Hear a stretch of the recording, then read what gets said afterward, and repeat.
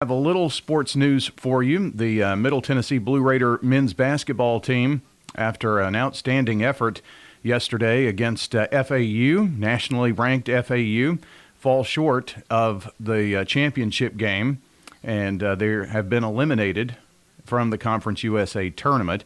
However, later today, it's number 1 MTSU versus number 2 Western Kentucky in the Women's Conference USA tournament title game. Dick Palmer will have that for you beginning around 4 o'clock this afternoon, so be sure to tune in for that.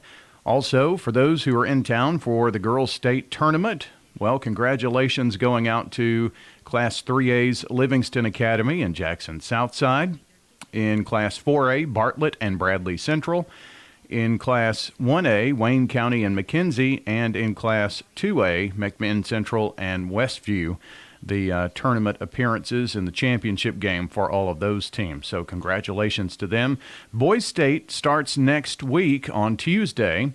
And of local interest, the Blackman boys will be playing Independence next Wednesday around 10 o'clock. So we'll go on the air around 9:50 on Wednesday morning, the first round of the TSSAA Boys Blue Cross Basketball Championships. Again, that's this Wednesday morning.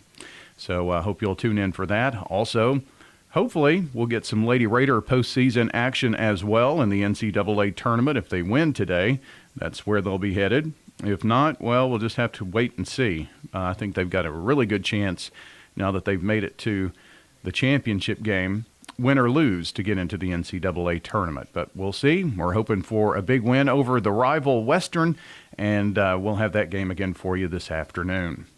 Well, hope you'll stay with us. John's going to join me. Danny Brewer has the Saturday off. And by the way, I do want to thank both of them for their work this season here on the show. Of course, you know, every Saturday morning we come in, talk to all the coaches. Takes a lot of preparation, and appreciate Danny Brewer as well as John Dinkins. John hanging out with me this morning. He's going to be up next here on News Radio WGNS as we get started here with the Prentice Allsup Heating and Air Coach's Corner. You've heard people say, you know your work by your name, but there's no better name for residential and business concrete work than Dan France Concrete. From basic slabs to decorative stamping, for your next concrete project, call Dan France Concrete, 615-642-5152. This is Dan with Dan France Concrete, wishing all Rutherford County student athletes a great season. Study hard, play harder, and be safe. Trust me, Dan is committed to the community and will offer you a great product. He'll stand behind his work and make sure you're satisfied with every aspect of the work. Dan France Concrete. Here's a question. What do you want from your electric co-op? I want expert advice on going 100% solar. I want to go green without breaking the bank. I want to meet my sustainability goals. I want solar to be simple. Done, done, done, done. I want to save the planet. Little hero, let's start with one of MTE's solar programs first. Energy Service Life. That's Middle Tennessee Electric. We're here to get done what matters most to you. Learn more at mte.com. We're talking now with Heather here at Carpets by Osborne. What are some of the advantages that Carpets by Osborne has? Being a family business and being locally owned and operated, we do free estimates. We have our own subcontractors that work for our business. We will come out, look at your floor covering. Throughout the whole process, you deal with an individual. You're not passed off to different contractors. We handle it from start to finish. Carpets by Osborne on Northwest Broad, next to Tire World. Whether you're a student, alumni, or just a fan, Raider Tees has exactly what you need to help you cheer on the Blue Raiders on game days and every moment in between. We sell officially licensed Blue Raider gear, whether it's clothing, hats, flags, chairs, or just whatever. We have it all, including exclusive gear you won't find anywhere else. Like us on Facebook for updates on new Blue Raider gear and special prices or discounts. For all your Blue Raider gear, shop Raider Tees today. Bigger, better, and go blue! Pizza. Murfreesboro's favorite pizza is now hiring at all 3 local locations. That's right. We want you to join the Sir Pizza team. Stop in at our East Main, Veterans Parkway, or Memorial Boulevard locations and let us know how you'd like to join the Sir Pizza family. Also, we've made it even easier to order for carryout or delivery. Just head on over to sirpizzatn.com.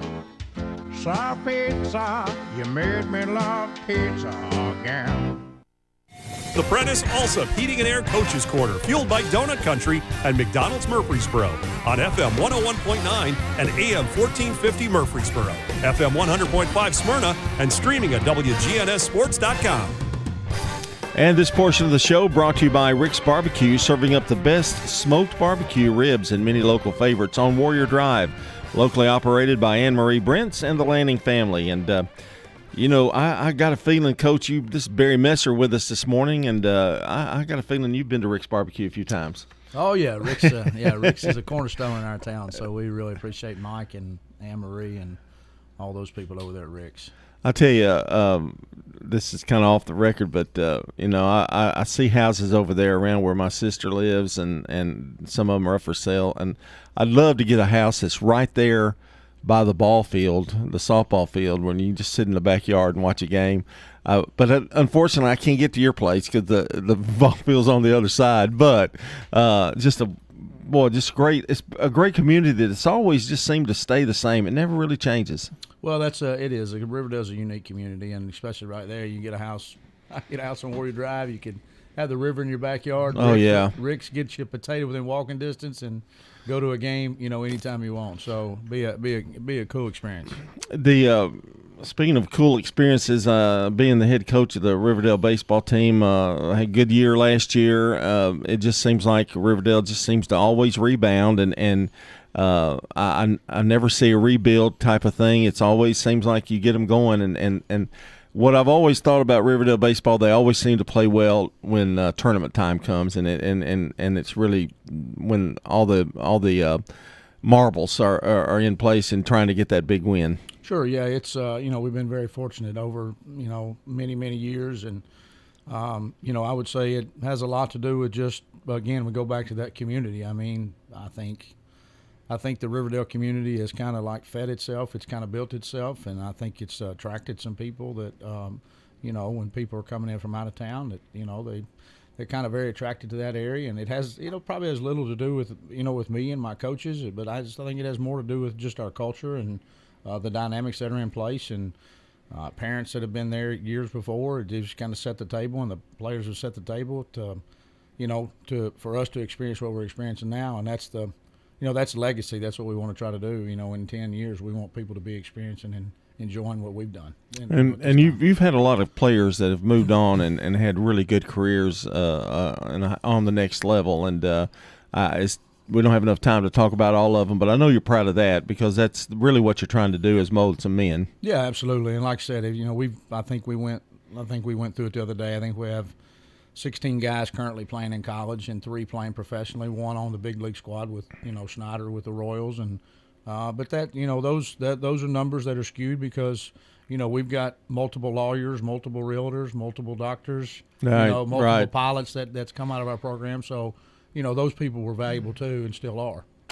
The last year, I know we say this every year when we talk about it. It said it's going to be tight. It's going to be a tough race. I don't guess this year's any different than any other year, really. No, that's. There's not going to be that kind of thing that talk about like things that don't slump. I don't think 7-4A slumps. No. Rutherford County in general slumps. So it's just it's going to be tough no matter what year it is.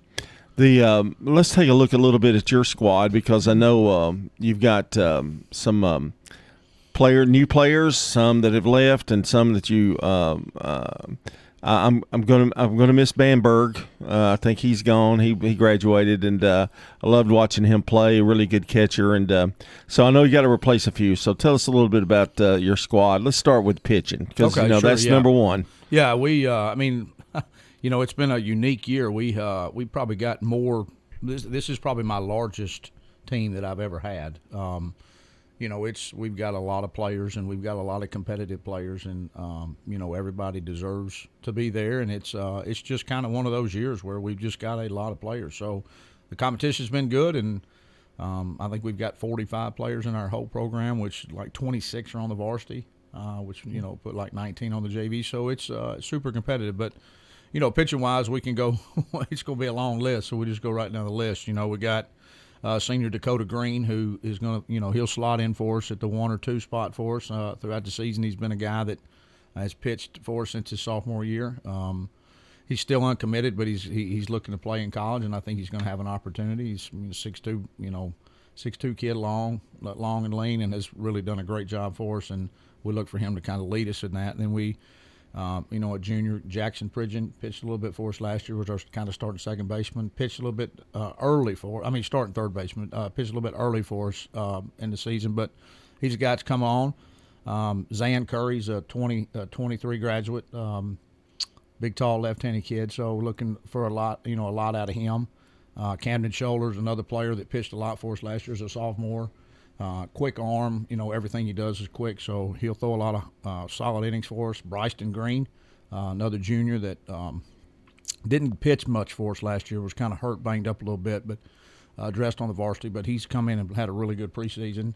Then we talk about Bradley Pippin, 24 guys, junior, been starting for us as a freshman. Pitched a little bit as a freshman, didn't get to pitch last year, had a little stress fracture, but he's been really dynamic on the mound, up to 94 so far in the preseason. So,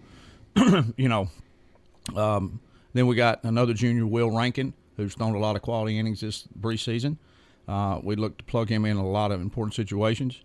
Austin Booth, another junior that has come in and had some quality innings in the preseason so far. Hayden Morton, another junior, pitched for us last year, pitching some big games down in PBR and in Lake Point against some quality opponents. Hayden Dowdo, left-handed junior.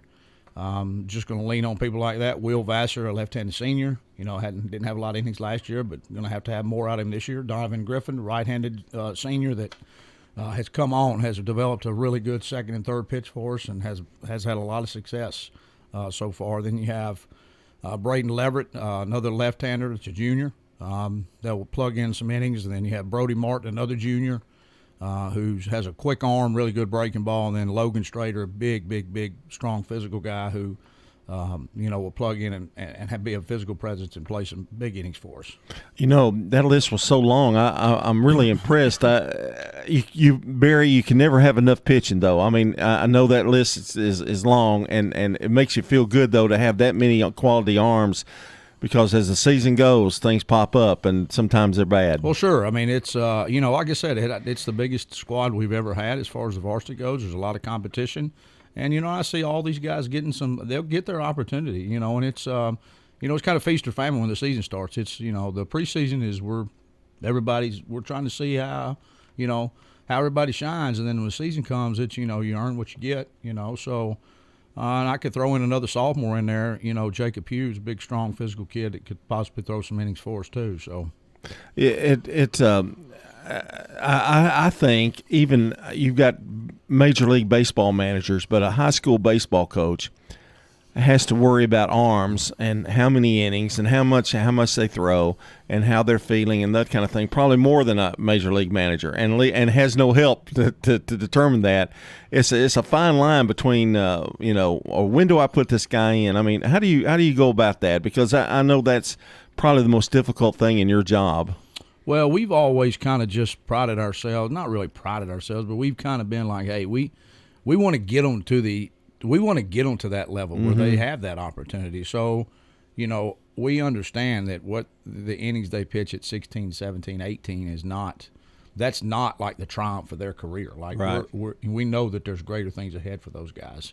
And so not that we're like overprotective with them, but, not that we're underprotective either. We, it's all a feel. I mean, I think our coaches have a really good hand and a really good feel on our pitchers. And,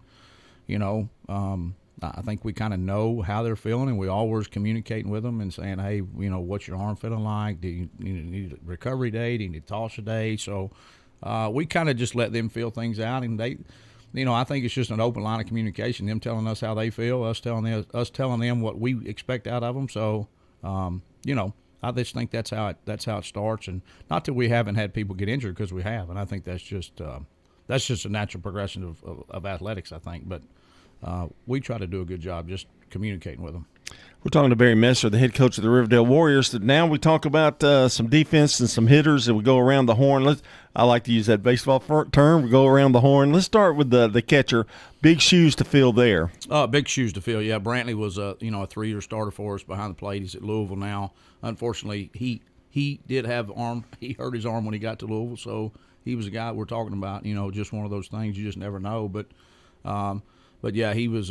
Gosh, I mean, when you think about us for the last 3 or 4 years, I mean, Bamberg's name was one that came up, in most conversations. So, but we do have we got a sophomore, Gunnar Waldrop, going to come in, and gosh almighty, he's such a good player, such a good kid. He's going to plug in right away and play for us. And then we have another player that came in from South Carolina. It's actually MTSU's assistant coach's son, Jax Nichols. He came in, so he was kind of a surprise. We didn't know he was coming, but he come in. He'll plug in and play behind the plate for us. We go to third base. Bryson Green is a guy that's kind of held it down over there for a while. All preseason, been very, very solid. I would see him being a guy that would stay there. At shortstop, Caleb Jordan, who started for us as a sophomore last year, left-handed hitter, really dynamic player. But I think he missed about 5 weeks of the season last year with a growing issue and hip flexor. But he was in and out, but he's been solid. At second base, we have kind of another unique deal. We have my son Bryce Messer he's up there playing a little bit right now, so he's in the mix. Having to compete, having to figure it out as a sophomore. He's competing with Jackson Bryant, a junior. So that's a really, really tight race right there about how that's going to play out. At first, we have Jackson Pridgeon. Talk about him already, junior. Big 6'3", 6'4", 180-pound guy. Then Jax Nichols will stand over there too with him.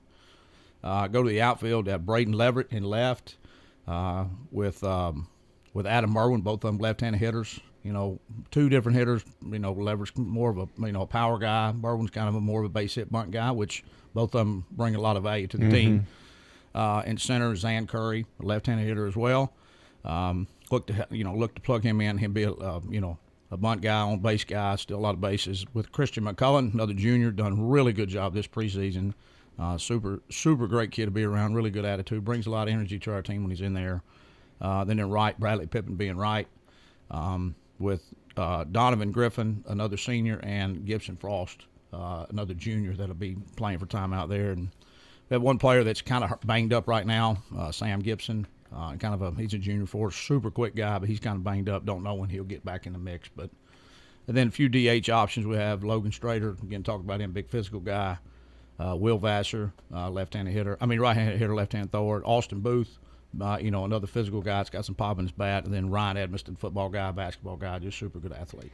Yeah, when you look at that, you named a lot of people playing multiple positions, but you got to kind of have that too, because one day one's on the mound. If he's not playing a defensive position, you got to plug somebody in. So there's chances for a lot of guys, and I know in the course of the season your lineup will change according. I know you use who's ever hot, gets to play. Who's playing the best at that time. You don't have any problem about moving somebody out for a little while. No, it's absolutely. I mean, we have enough people that can plug and play, and you could, baseball's a game of streaks. I mean, you could, you just go with a hot bat sometimes. You just got to roll with it, and I know we'd love to have a team full of shortstops, but we're pretty close to that. We have a lot of athletic guys, that can go multiple places. So.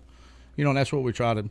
That's been kind of thing for us. We just try to be, flexible and let people understand that they, it ain't. You don't play third base. You play the infield. Like we can play multiple things. We don't play the right field. Right, you're going to be third base. That's yeah. We don't play the right field. We play the outfield. So something that we could look at doing multiple things with. You do have the good fortune though. You do have some experience over on that left side of the infield though. I mean that's Jordan coming back. That's a good thing to have. Yeah, Jordan coming back, and he's really the only return in the infield that we have. So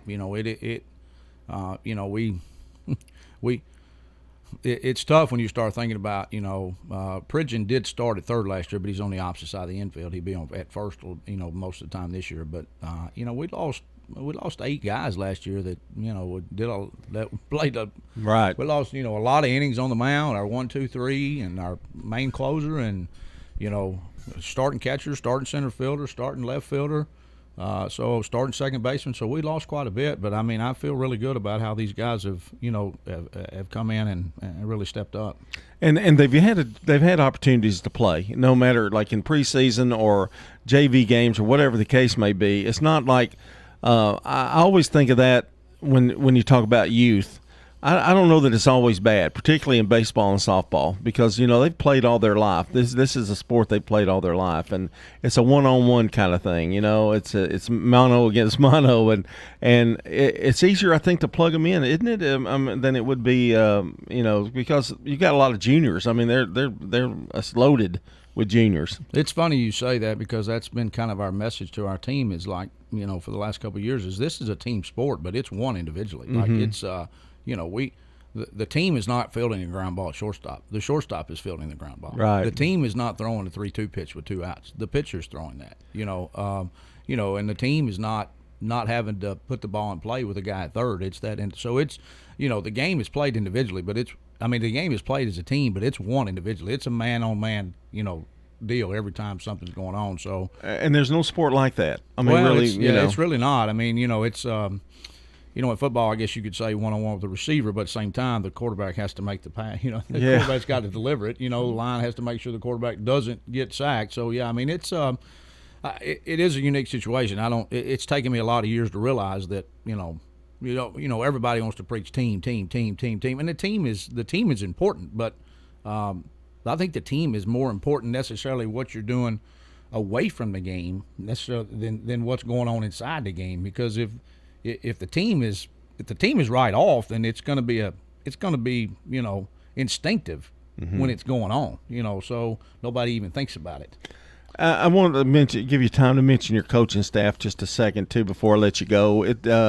Those guys put in a lot of time with you, and I know I want to be fair and kind of throw their names out there. I'm glad you did that, because I needed to talk about those guys, because they are,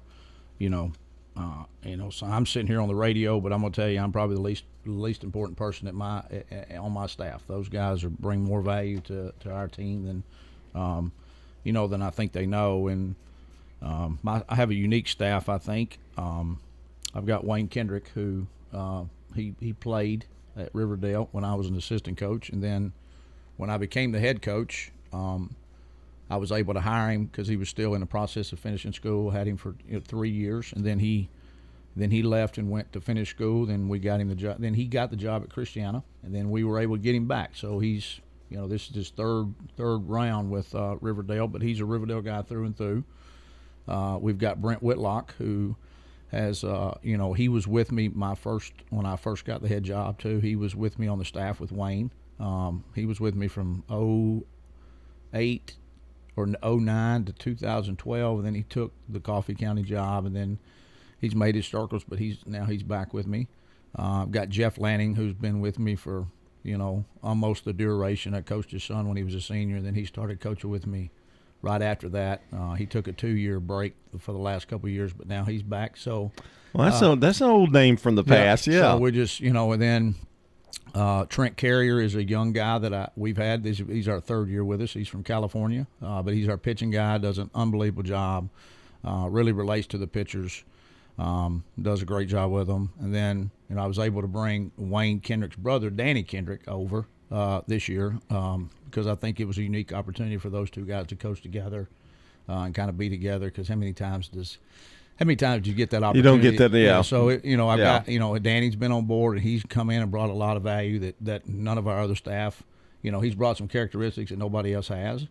Then I've got Shiloh Edging, who's my freshman coach, been with me for a long time, also coaches football.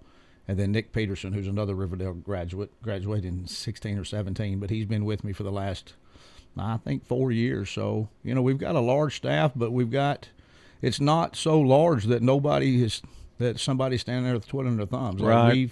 Everybody has a role. Everybody knows their role. Everybody brings a lot to the table. And, like I said, I told you before, with all those guys, I'm the least valuable because they do most of the work. And you mentioned a lot of Riverdale people in that.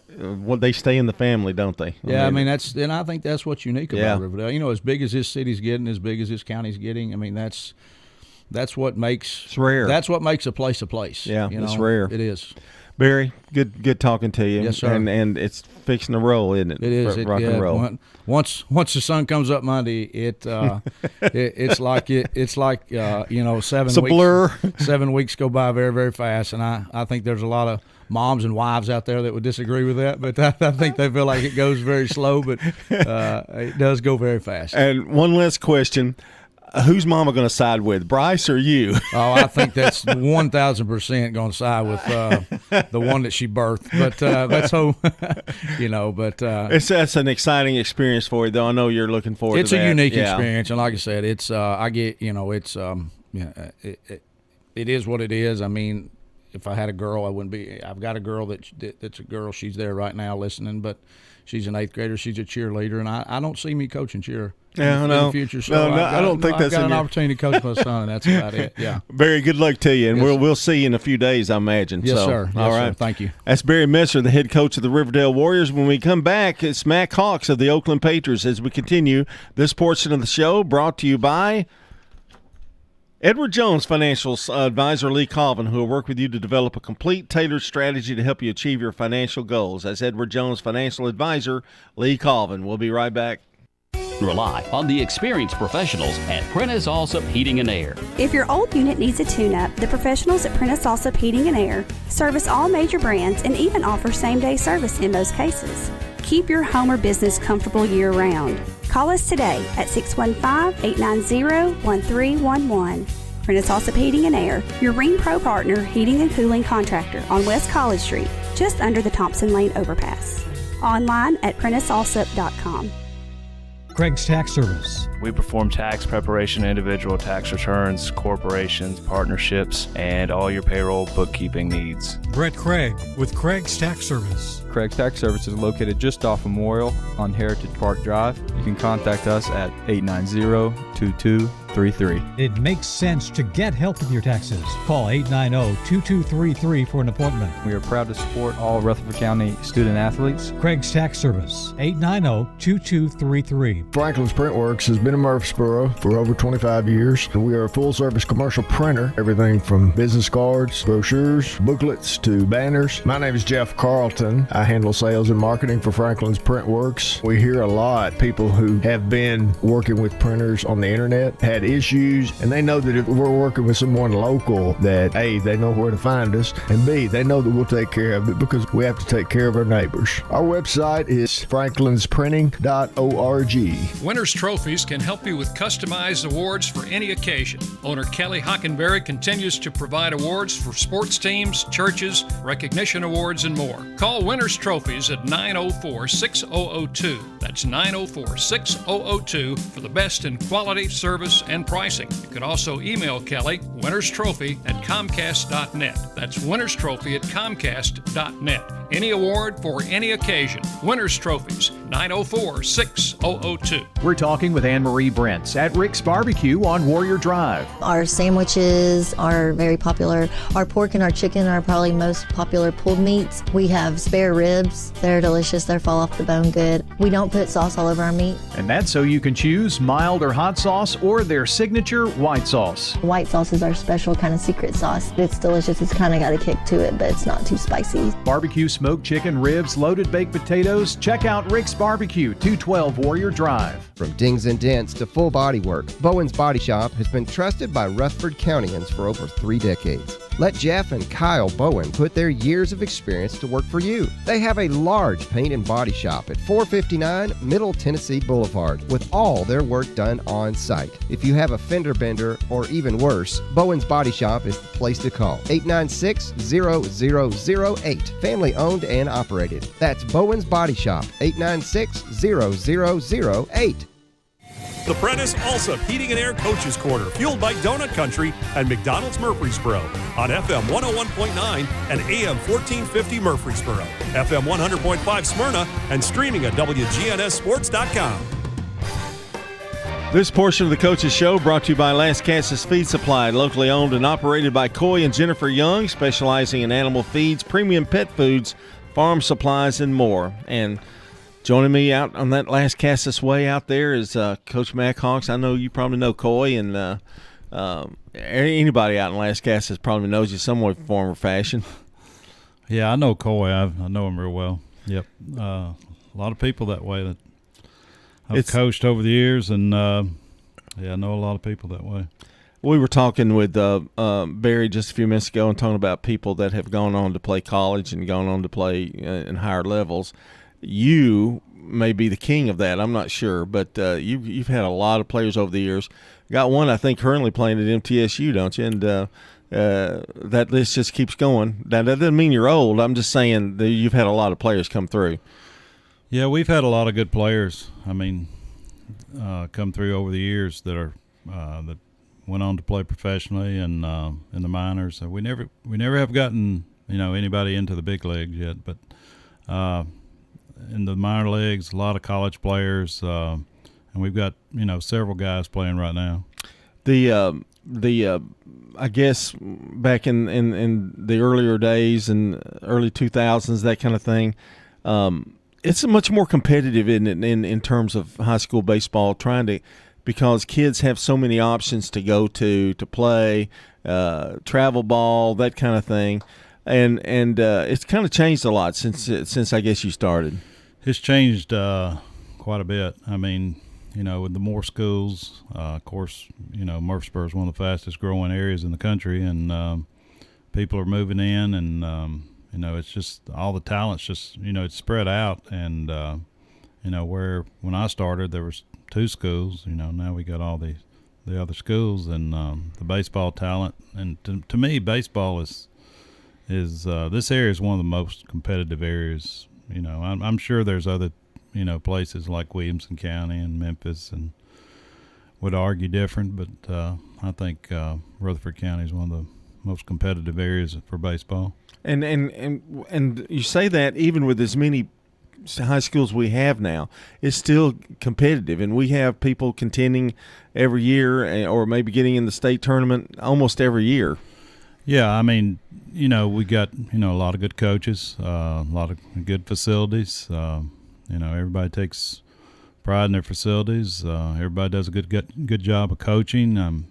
It's just now when I started, there was a lot of guys coaching baseball that coached baseball because maybe they were an assistant football coach and they also coached baseball. But nowadays baseball coaches are baseball coaches. There's not many baseball coaches coaching other sports. They devote their time and energy to the the sport year round, and that's the way it is here in Murfreesboro and Rutherford County. I mean, it's gotten to where it's a year round process, and if you're going to be competitive, you've got to do those things. Let's talk about this year's Oakland Patriots. I know it's really hard to predict who's going to be tough and who's going to be the team to beat, and I've almost gotten to the point where it's always a battle with all of them. And when we talk about the Oakland Patriots, let's start with the pitching. I know in this league, in this district, pitching is of the utmost importance, and plenty of it too. Yeah, pitching's the key. It doesn't matter what level you're talking about. Pitching is the key, and you look around the teams here in Rutherford County, and particularly our district. I mean, everybody's going to run 3 good starters out that night in a district series, and it's going to be competitive. And it's just really good baseball. And if fans want to come watch good baseball, you come watch one of the district series. When we play. I know we talk about. It's such a fast season, too. I look forward to it every year, and it just seems like it just flies by. Now, it may not to you while you're doing it, but it just, a month and boom, you're playing every day, Yeah, I think it goes by really fast. Mm-hmm. I mean, it seems like all the things that you do to prepare for your season can sometimes drag a little bit. The weight training, the running, the throwing, all those things that you do to prepare for your season. But once you start your season and your scrimmages, I mean, it goes by really fast, and it's a fast season. Let's talk about this year's Oakland Patriots. We'll start with pitching. How's that? Okay. You got to have plenty of it, right? You got to have plenty of it, and I would say, with our pitching staff this year, so far through the preseason, it's gone really well. Our pitching, we don't really have a guy that's going to go out there and strike out 10 or 12 a game, probably. But not to say it couldn't happen, but just looking at our staff and our, through our scrimmages, we don't really have that. But we have a lot of guys that are going to go in and they're going to throw strikes and pitch to contact, and to me sometimes you can have a guy that with high velo and but that's really good if you've got a guy like that. I've had guys like that in the past,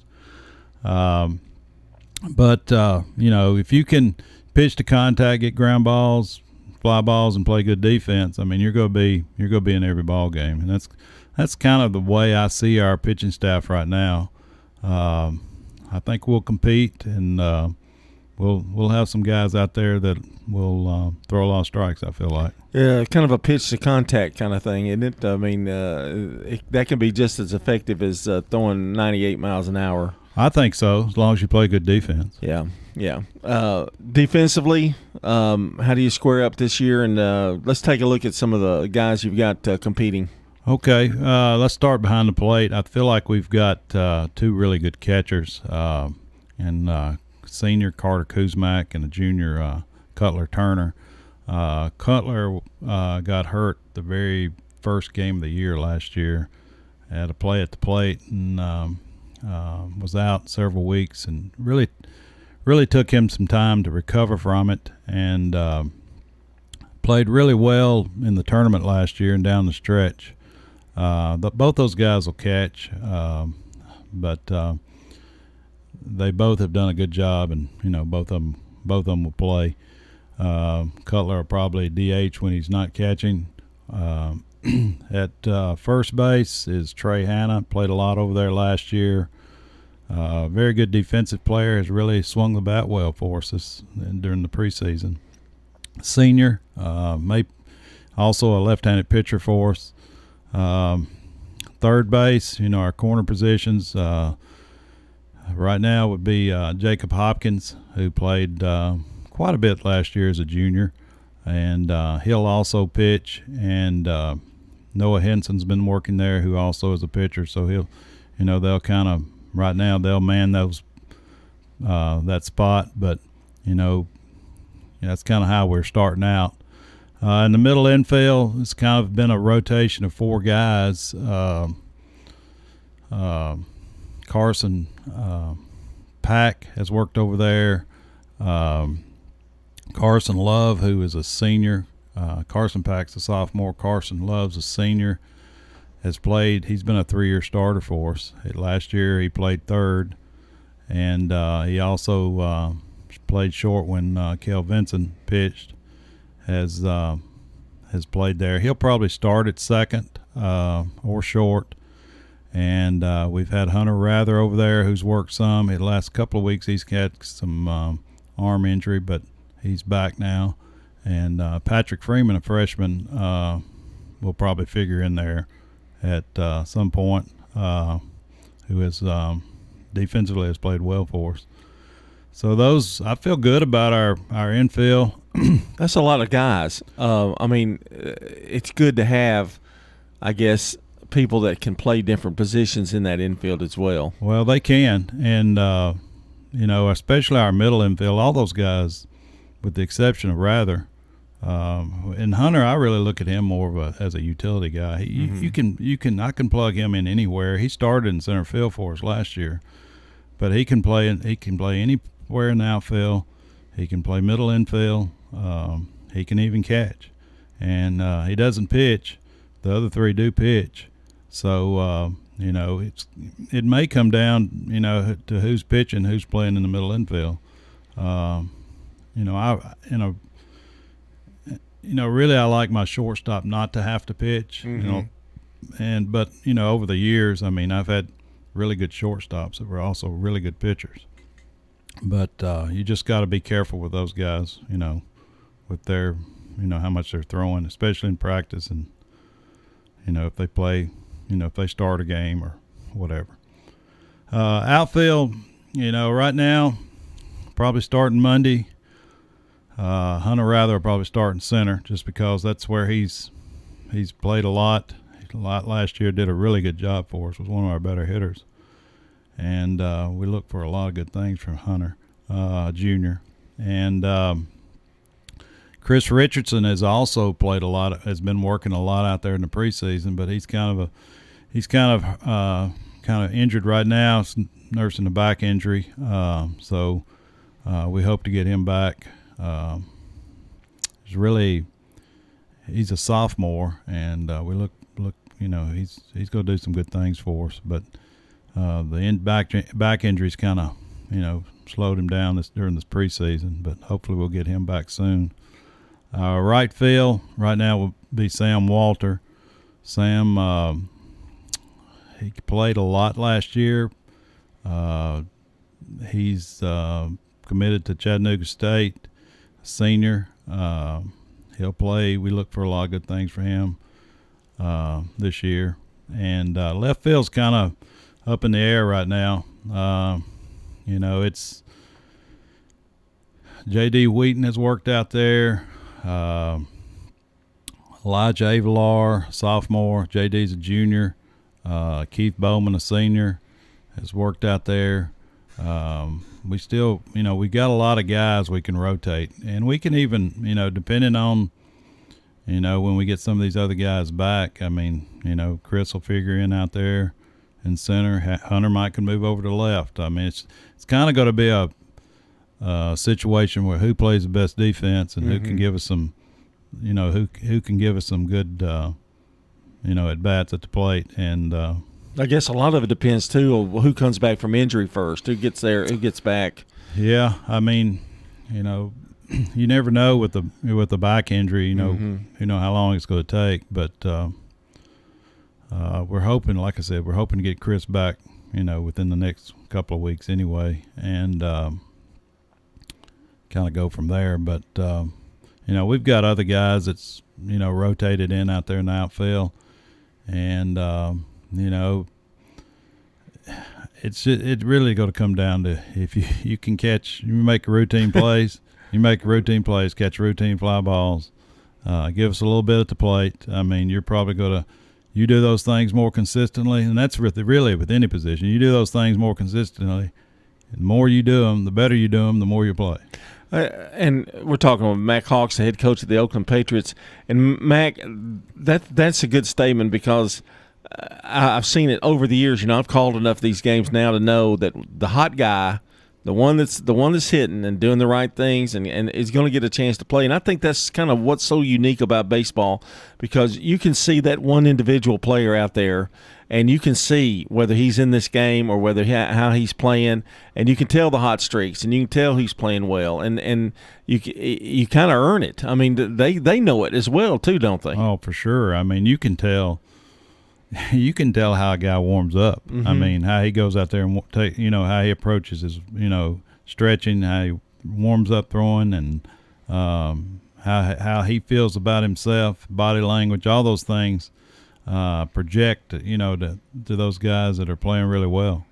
I know the year. It's just unbelievable how fast, and we're really starting Monday. I guess really is kind of the start date, isn't it, or this week sometime? Yeah, we start Monday with the Grand Slam tournament that Coach Vetter organizes, and we have games every day next week except for Wednesday. We're playing varsity games every day. So, and then we roll into the following week with a 3-game series with Riverdale and play, who I think is going to be one of the top teams in the district. I mean, if you look on paper right now, I mean, they're going to be, played in the state tournament last year, played really well, and then the end of that week, we go to Alabama and play in a really tough tournament down there. So we're going to find out a lot about our team the first 2 weeks of the season. And I guess that's really a good thing. Baseball is such a great game in terms of people can get streaky. You can't let one loss affect another game, and because you can play every single day, and you're going to do that pretty much until May. Yeah, that's the good thing about it. I mean, you play bad one day, you're probably playing the next day, so you can't let that carry over to the next day. It's not like football where if you lose on Friday night, then you got to wait to the next Friday night. That's the good thing about it. I mean, you lose or you play bad one night, you just get it out of your mind and you get ready to come back the next day and play better. And that's the good thing about baseball. It's a game that's unique and not like any other sport. Amen. Let's end it at that. Amen. Okay. That's awesome. Good luck to you this year. I appreciate it. We're going to be seeing you very, very soon. Okay. All right. Thank you. Mac Hawks, the head coach of the Oakland Patriots. And this portion of the show brought to you by JHA Company, Josh Houston and Associates. Jewelry, letter jackets, yearbooks, graduation products, and more online at jhaccompany.com. We'll be back. It's Brian coming back, returning, and he's going to be talking Stewart's Creek baseball. Your home, your auto. Together, they're where life happens. I'm State Farm Agent Andy Wommel. It's smart to protect them together, to help life go right. Give me a call at 615-890-0850 and let me help you save by combining your home and auto. Every team knows which play can be the winning move. I'm State Farm Agent Bud Morris, here to help life go right by combining your home and auto insurance. Call me today at 615-893-1417. It's a winning move that saves you time and money. First National Bank of Middle Tennessee is dedicated to our community. Hi, I'm John Allen, Vice President and Commercial Banker at our 3427 Memorial Boulevard location in Murfreesboro. Let me help you expand, purchase, or build. With local people and decisions, we offer the best in true community banking. Come visit us today or check us out at fnbmt.com. First National Bank of Middle Tennessee, Equal Housing Lender, member FDIC, NMLS 401715. Dr. Russell McKissick of Tennessee Orthopedic Alliance talks about the grassroots effort in our local schools to ensure proper care for players. To make sure our teams are covered here locally, be there for our trainers. Yeah, it's a passion that we have to try to take care of our athletes here in town and be there just to keep everybody playing as healthy and as best they can. From a community standpoint, one of the most important things you do at TOA, I'd guess. I think it's definitely a way to pay back to our community, just to be there for them and watch some great sports too. Tennessee Orthopedic Alliance, TOA, live your best life.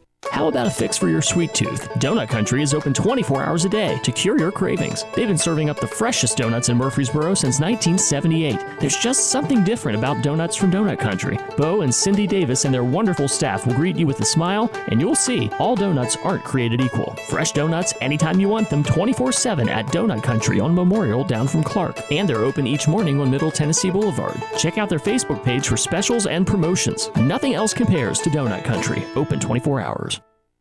The Prentice Allsup Heating and Air Coaches Corner, fueled by Donut Country and McDonald's Murfreesboro on FM 101.9 and AM 1450 Murfreesboro, FM 100.5 Smyrna, and streaming at WGNSSports.com. We are back on the Coach's Show, brought to you by Middle Tennessee Electric, serving our community and providing affordable, reliable, and safe electricity. Find out more online at mte.com. Got Brian Howard joining us here. He is the head coach of the Stewart's Creek Redhawks. Coach, good morning to you. Good morning. Thanks for having me. Yeah, good to have you. We like to break in new coaches here on the Coach's Show. I don't know. What could we do? I'm sure you've heard a lot of that. But, gosh, you've been around here in Rutherford County for quite a while, hadn't you? Yeah, I spent the last 8 years at Stewart's Creek and 12 previous in Wilson County. So, yeah, I've been around for a minute. Yeah, all at Stewart's Creek 8 years. Bless you, I guess, with that other guy. What was his name? We forget. Bartlett, something? Coach Bartlett, my mentor, one of my best friends in the world. He's been a big help. I'm so glad our paths crossed. So. I've heard a lot about, how this transition took place, him retiring, and I think there couldn't have been an easier transition to you as the head coach. Yeah, I was fortunate. I waited a long time before, seeking that opportunity. When I left Wilson Central and Anthony Ford, I left to come to the community I lived in and left to join a good friend and Coach Bartlett. We'd known each other, never coached with him, but we'd seen each other in dugouts and on baseball fields for years. And by getting to come over here and him stepping away. Now, he picked a good year to get out after that team we had last year, so I'm going to hold that against him for a while. But very smooth transition, and that was a blessing. I'm glad it worked out that way. And you were able to keep a lot of the staff together, or all of it for the most part, right? Yeah, right after that state tournament loss, that's we got to work on trying to keep the band together, kind of. And I was fortunate Dr. Harrell gave me a couple openings that I could get, and was able to keep, obviously, Charlie Mitchell, which is a blessing. Really good friend, great coach. Ben Bowers, one of my best friends, and a great coach, and the kids love. He's kind of part of the glue of the coaching staff. And then Coach Schmelzer, who's been with me for 100 years, it feels like, on the pitching staff. But then I got to add Matthew Burke, one of my good friends from Wilson Central, who I'd coached with, who also does kind of the same thing that I had done as an assistant with catchers and hitters. So it was a perfect add. And then a former player, Blake Slaughter, was added to the staff to help out with the JV program. So really lucky that the staff worked out the way that it did. Yeah, and Coach Bowers, Coach Mitchell, they just have to be fun to be in the dugout with. I guess you could call it fun. They are. It's funny because we're all kind of polar opposites of one another, but it is. We laugh a lot. We laugh a lot in our dugout. That's for sure. And gosh, you have to, because when the season starts, even before the season starts, but I mean, you go through an entire regular season in just like the blink of an eye. You said you got, 6 games in the first 7 days or something? Yeah, the first 7 days we play 6 times, and that's what's challenging, I think, about coaching baseball is you train from August, all the way to March, and then all of a sudden you got 6, 7, 8 weeks, if you're good enough, to get it all in. So it is definitely, once you get going, it's a blur, but it's a heck of a ride. I don't think a lot of people think about that particular part of it. There's all kinds of preparation, and then once the season starts, but these are kids who have homework and tests to take and ECTs and all that kind of stuff. So I mean, it's really tough to be a spring sports athlete, especially baseball. Yeah, and we try to accommodate and feed to that. We try not to kill them with baseball in the fall. We're still going to work out and get our work in, but understand academics comes first. They are a student before they're an athlete. It's an extracurricular. It's something they do on top of it. And for the most part, our kids understand that. Like last week, we had the ACT at school, and we had a scrimmage the night before. So I offered it up to all of our juniors. Hey, if you want the night off to get some rest, get a good meal, get some, prep in, whatever you need, cool, no worries. And our kids, I don't know if it's to their praise or detriment, but they all showed up to the scrimmage and wanted to play ball. So yeah, well, you tell a baseball player that, I'm sure that they're going to want to do that. But I mean, you've got high character kids, and that's one thing that I've always noticed about Stewart's Creek athletics overall is, I mean, the kids are very high character. Yeah, we're proud of the guys we got in our dugout. They know what the expectation is, and they represent, first of all, themselves and their family, but also at some point our baseball program the right way. And I feel like teachers know it. I feel like other teams know it, and we're proud of the character of our kids, 100%. We have joining us this morning Brian Howard. He is the head coach of the Stewart's Creek Redhawks. Coach, you mentioned Wilson Central, some other places that you've been, but you've been at Stewart's Creek for quite a while, haven't you? 8 years, yeah. Okay. This is the 8th year I left. We lost to Ravenwood at Wilson Central in the region semis in 2015, and I was at tryouts at Stewart's Creek the next week. Ah. Well, and head coaching, is this the first go-around for you in that? And school ball it is. I've done some summer stuff and other things. But, yeah, school ball, this is my first opportunity, so fired up. What are some of the differences that from school ball and other coaching responsibilities that you've had? What do you see as the differences so far? Well, the real difference is not on the field. Baseball is baseball, and our philosophy is our philosophy. But then there's other things. You got you got to take care of the budget and the field and all that kind of stuff, and kind of get your assistant coaches to understand what their responsibilities are, and the kids and communication and all that stuff, and that's been pretty smooth. So it has been different. It'll be the first time I got the marker in my hand making out that lineup, so that'll be fun too, to see how that goes. But yeah, it's definitely different with the support system we have at school, with Dr. Harrell and athletic director Todd Harris. But also I can call Mike Bartlett every day, anytime, and he'll answer. He'll probably say something sarcastic when I have questions. But I've also had support from I've called Shay Deal, I've called Craig Rivas, I've called Barry Vetter, with different questions and things that might pop up, and they've all been super supportive. So I'm very fortunate to know these guys and be in this position. I'm so surprised to hear that Mike might have a little sarcastic something to say, but at least you've got that.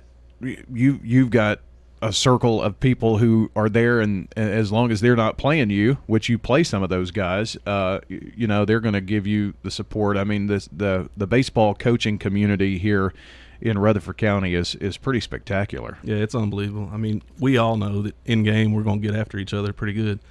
But what I love about this county is when the game's over, we're also going to slap hands and tell jokes and walk away and call them the next day and say, man, y'all played well last night, whatever. It's just we get it. We're competitors, but we're also friends. So. Brian, Stewart's Creek has had a history, especially since being in 8-4A, of just really kind of running roughshod over the district. And I know that you mentioned, you had a big graduating class from last year, but you do bring back some important pieces here too, and a lot of people think you're a favorite to win the district again. Well, I hope we have a good showing in the district. We obviously we ran the table last year, and we graduated a lot of dudes, and they were great players, but I don't think that the pantry is dry at all. We returned 8 seniors, and I truly believe things happen for happen. These are 8 kids that are just great human beings, great students. They behave, they listen, they're an echo of coaching on the practice field. So I'm really excited about having our 8 seniors in the dugout. Hopefully it'll be a fun ride with them. And for them, this is not a huge change because, they know all but one face, and they've been there. And so that has to have made this transition pretty good too. Yeah, it's been fun because, there's not a whole different philosophy change. We're going to be meat and potatoes. We're going to practice stuff that happens in baseball games. We're going to have a hard hat, lunch pail mentality, and just show up and go to work every day. We want dominant pitching that has pitchability, that can field their position and hold runners. We want hitters that know how to hit line drives over the infielders' heads, but also can handle the bat in situations. We want defenders that make routine plays and understand that if they make a mistake, make it going 100 miles an hour, but also have the concept of when to take a risk and when not to take a risk. That's the same thing we've done for a long time in this program, and that's not going to change.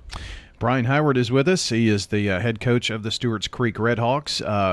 One final question, we're going to talk about your team this year, but is the locker room goose still around or whatever out there? Yeah, the pond thankfully has been drained a little bit, and so they haven't been as big of a problem, but there have also been a kind of a lucky thing for us in years past. So it's difficult when you're having to clean up the droppings. But it's nice when they fly over and you hit 3 doubles in 1 inning. So more of I saw a pretty interesting video that should be on Funniest Home Videos from last year. Some coach trying to shoo away a goose or something, but I'm betting on the goose in that one. Yeah, knowing who was with that, and I did send that in. I'm waiting to get a call from Funniest Home Videos to see. But anyway, this year you've got again 8 seniors you said coming back. Kind of introduce us to your team and who you think are going to be some impact players for you. Yeah, so starting with just our senior class. Anchoring kind of the middle of our lineup, we hope, our offense, is Gage Hoover, who is also our quarterback for the football team. He comes back. He's got a lot of juice. He's going to play left field probably every day that he's healthy enough to go. We got Lex Falsoni behind the dish, senior, who's going to Vol State. I've coached a lot of catchers. We've had, I think, 5 in a row that have signed. He signed, but he would be in the conversation for the best to ever play for us. He's a dynamite arm behind the plate. Back pick game is unbelievable, but he's also a guy that swings for power. Ty Von Dolan is going to play short and third and pitch for us. Very popular name in this program, and Ty is an unbelievable kid. He is the definition of making the routine play and throwing strikes. Taden Munavong, who was also a football guy, he's going to be in center field. Speed guy, he's already made a couple of catches in the preseason that kind of shocked me. He's going to be fun to watch. Nate Severance, another speed guy who's worked extremely hard, not only in the weight room but in baseball. And he's got a little juice. Hit 4 home runs last year. but he can absolutely fly as well. Ethan Merkling is the kid you want your kid to grow up to be like. He's a yes or no sir kind of guy and works his tail off. He's going to pitch a little bit and he's going to play outfield. Zachary Lawson is going to be our one on the bump. He's kind of our dog. Lee University commit. He throws hard, fields his position, he holds runners. And he's going to play first and swing it for us too when he's not on the bump. And then Gabe McLemore, one of my favorite kids, hilarious kid. He's been injured a lot. Battled through injuries, came back this year, and has had a good preseason showing. He's going to play first base for us a lot, and I look forward to watching those guys play. I can't wait to watch them compete. Well, it's here, isn't it? Yeah, it's right around the corner. How many Von Dolans have you had come through? I mean, my goodness, it seems like every year there's a Von Dolan. Yeah, there's been several. There's been, I think, 4 or 5 at least. But what a great family. They're awesome. All their parents, their uncles, everybody. They're just good people. And they're cousins. Some have been cousins, not brothers, right? Right. Yeah. There's been brothers and cousins. Matt Curtis, Maddox Von Dolan, Chase Von Dolan. We've had a ton of them. Ty Von Dolan. Yeah. So. That's one of the cool things, I think. It's kind of a family thing, and had a chance to talk to some of them. I think they've got some family members from out of town, and I said whenever we're broadcasting a Stewart's Creek game, they like to listen in and see how things are going, and got to know them, when your tournament runs and things of that nature. So, Coach, the season starts, and outside of district play, you have probably one of the toughest non-district slates that's out there. Yeah, we tried to schedule. Mike had already started scheduling before he announced, and then I kind of finished it up. But we wanted to be sure we're playing the best without having to travel too far. So, yeah, we got a lot of those Rutherford County teams that aren't in our league anymore on our schedule. We're opening with Siegel 3 games.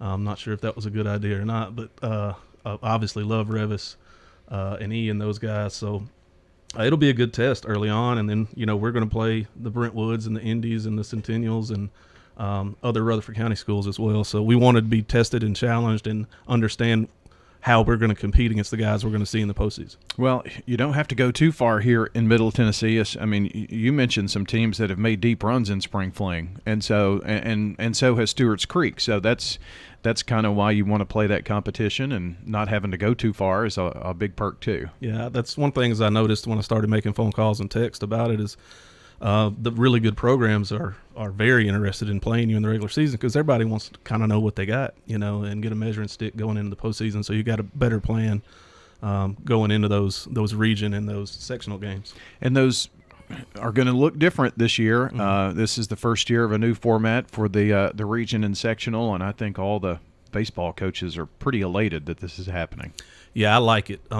Those cutthroat games over the last however many years have been – they're just so hard. Yeah. You got one game and it's baseball. So the 2 out of 3, what we like about it, our staff likes about it, is you're going to find out who's got the deeper program, the deeper team, and who can go into the bullpen 2 or 3 days in a row and still be competitive. Now, there have been years, obviously, where we've benefited from a one game where we had a dude. But now you've got to develop that bullpen throughout the year. It creates opportunities in non-league games to use your bench more. It gets kids in games more often, because you got to have those 5 starters, those 5, 6, 7, 8 relievers.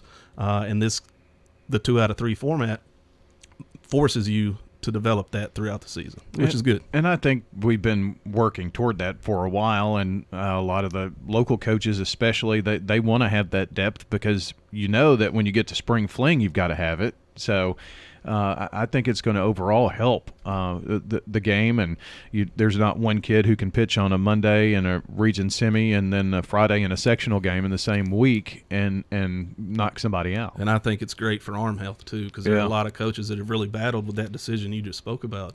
When you got a dude and not much else, you throw him on Monday, maybe he gets to 90, 95, 100 pitches, and then he gets 3 days rest. Do you throw him again? Mm-hmm. Do you bring him in relief? It's another cutthroat game. So that makes it a very tough decision. It gives you the ability to handle your arms and keep kids' arms healthier longer. And then when you do that, you turn around and you play the next Tuesday or something like that to open up, spring fling, and is that guy available with the number of pitches and that kind of thing? And many times that we've been 4 times in the last 8 years. But when you get to that Tuesday, oftentimes R1 was not available, you know, and that's all strategy and who you want to do and how you want to attack. But that's usually the case with everybody, right. too, when they get there. Sure. Yeah. You usually don't see those twos until that second or third game, right. usually. Coach, it's been fun talking with you this morning. Did a great job. It's like an old hat for you, so appreciate you coming in. We're certainly going to. It's not an old hat for me. I feel like a outside dog on the 4th of July. So. Well, I can feel for you with that, but you did a great job this morning, and we really look forward to seeing the Red Hawks this season, and we'll be out to see you soon. All right, thank you. I appreciate you. Yes, sir. Brian Howard joining us, the head coach of the Stewart's Creek baseball team, joining us on the Coaches Show, brought to you by Carpets by Osborne, who'd love to help you complete any job, whether it's residential or commercial. Carpet, tile, hardwood, vinyl, rugs, and more online at carpetsbyosborne.com. Quick, convenient, efficient. 3 words that we all hope to experience when we do business.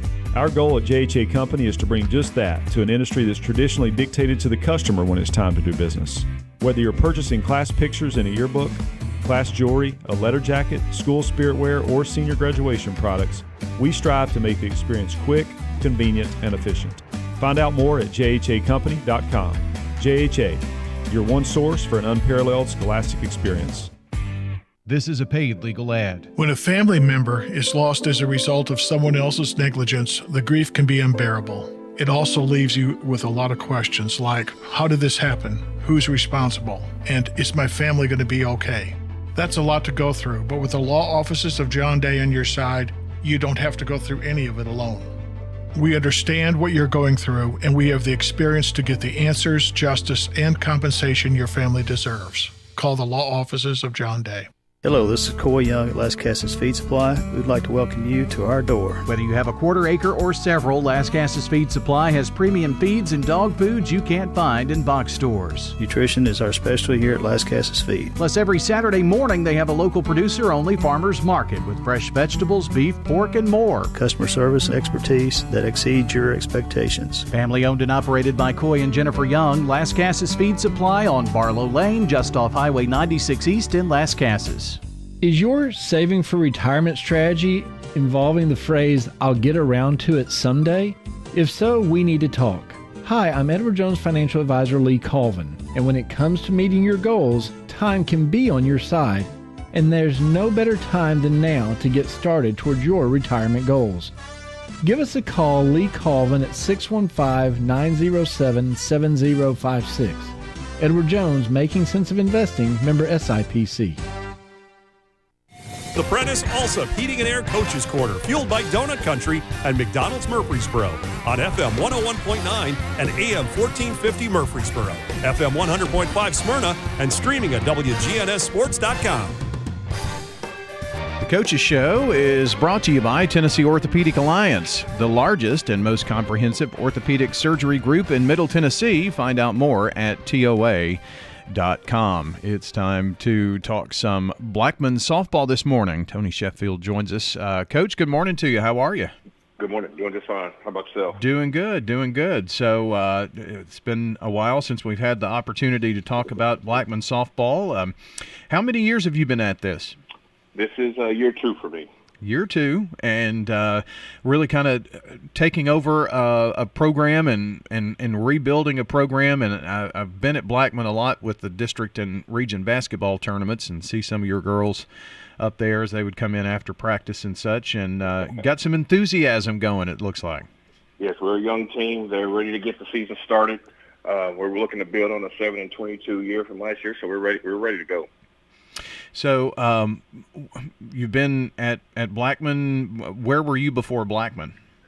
Well, I actually started my career at Blackman High School way back when, I think in 2003. Left and went to Christiana Middle School to coach baseball. And I found myself back at Blackman about 8 years ago. Came back with baseball, moved over to track, helped with volleyball, and now I'm back at softball. It's kind of been a little bingo ball there for you. I've covered it all. So, baseball and softball, there are a lot of similarities, I would guess. Yeah, some. Some of the rule changes are a little different. Yeah, I can imagine that.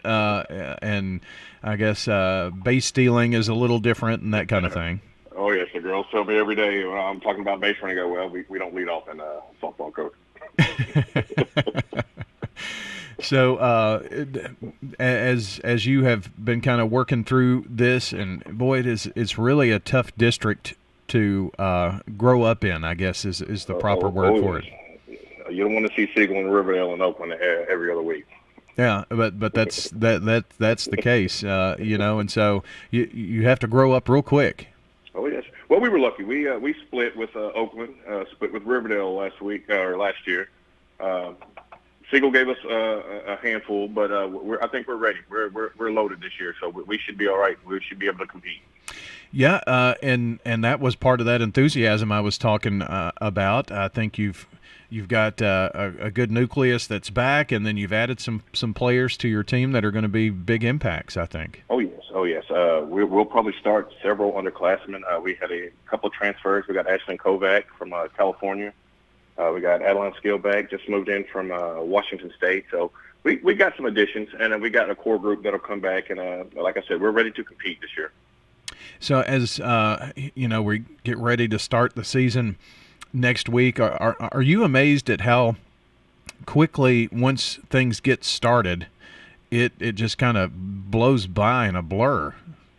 Well, I'm let's see. I was talking to a couple of our players, and they other states start earlier than we do. So the sooner we can get it going, the better. I think we like playing more than we like practicing. So the sooner we can get it going, I'm ready to play. Yeah, I've never met an athlete that is not ready to go and play and versus practice. But those are all important, and you're trying to implement your style of play and things of that nature. So those practices have been important for you. Oh yes. We wanted to put some pressure on defenses, make them have to play. Right now, we're trying to figure out what type of offensive team we're going to have, whether it be power, have to manufacture runs. We're going to play small ball. We're still learning. We're still trying to get our young players involved. So it may take us a couple of weeks into the season before we find our true identity. Coach, the fact that the season starts this next Monday, you've got, a few weeks, and then you play your first district series and tournaments. I'm assuming just about everybody plays tournaments and spring break and all that kind of thing. Just kind of give me an idea of what this first month and a half is going to look like for you. Let's see. We got 4 games scheduled for next week. We got Huntland coming into town. We're going to see Danley, the Florida State commit. We're going to travel to Tullahoma. We got Oakland coming in on March 20th, but then we travel. We're going to play, let's see, we got the Brentwood Classic over spring break. We're going to play that Warrior Classic as well. Then we got our second conference game with Siegel on April 6th. So our schedule's pretty packed. There's not very many days in there for practice. Yeah, and the tournaments, when you go to those tournaments, you can really get in a lot of good work on those, can't you? Oh, yes. That's where I usually move some girls around, find other positions, tinker with the lineup a little bit to get ready for our district tournament. It's really good for you to be able to see, who could fill in a spot here or there if you needed to change some things. Your lineup and injuries are always part of any sport, so you've got to be prepared for that as a coach. Oh yes, well we got several injuries right now. We got a big one in Maya Kwazu, who was our first baseman last year. She has a shoulder injury. We're hoping to get her back by the end of the season. Waiting on a doctor's report for her. We got a freshman in Hannah Hutchison whose knee has held her out of practice all season. And then our spark plug, Alyssa Barber, who's battling an ankle injury that she sustained earlier this year in practice. We are talking here today with Blackman softball coach Tony Sheffield. He is the head coach of the Lady Blaze. And, Coach, kind of walk us through who you think is going to be starting for you. I know you've got some pieces to move around and things of that nature, but kind of give us an idea of who we might see out there, maybe start in the pitcher circle, take us around the infield and outfield. Well, game 1, I would probably start my senior, Madison Battle on the hill, and bring in a freshman in Presley Gilmore. Catching will be Chloe Carreras. She's also a junior. First base, I have 2 seniors splitting time there, Ashlyn Kovac and Morgan McMillan. Second base, I would have Addison Odell. She's a sophomore. Short, Sophia Sullivan, who's a freshman. Third base, I have a junior in Sarah Tate. Left field, Haley Salyer, who's also a sophomore. Center field, we have Katie Robinson, who's a junior. And out in right, I would start Sophia Compton, who's a sophomore, who will be splitting time with Abigail Schubert, who's also a sophomore. You said sophomore quite a bit. Oh, yeah. So a very young team, it sounds like. Very young. 3 seniors, 4 juniors, 5 sophomores, and 11 freshmen. Wow. Well, that's how you build a program, is get those youngsters in, isn't it? Oh, yes. Now, you did mention some experience back in the pitcher circle, and that is going to be a big help for you. Well, last year, she split a lot of time with Mary Faith McCuskey. They had the bulk of the pitching duties. We're lucky to have Battle back with us, so she's going to help our young pitchers a lot. You know, Coach, I have talked to several of the district softball coaches this season, and I understand, you know, from everybody, it's going to be a very competitive year, that everybody has seemed to kind of raise the bar here in already a tough district. So I think night in and night out in district play should be very interesting. Yes. Well, we have to compete. We finished in the cellar last year. We're looking to make a move this year.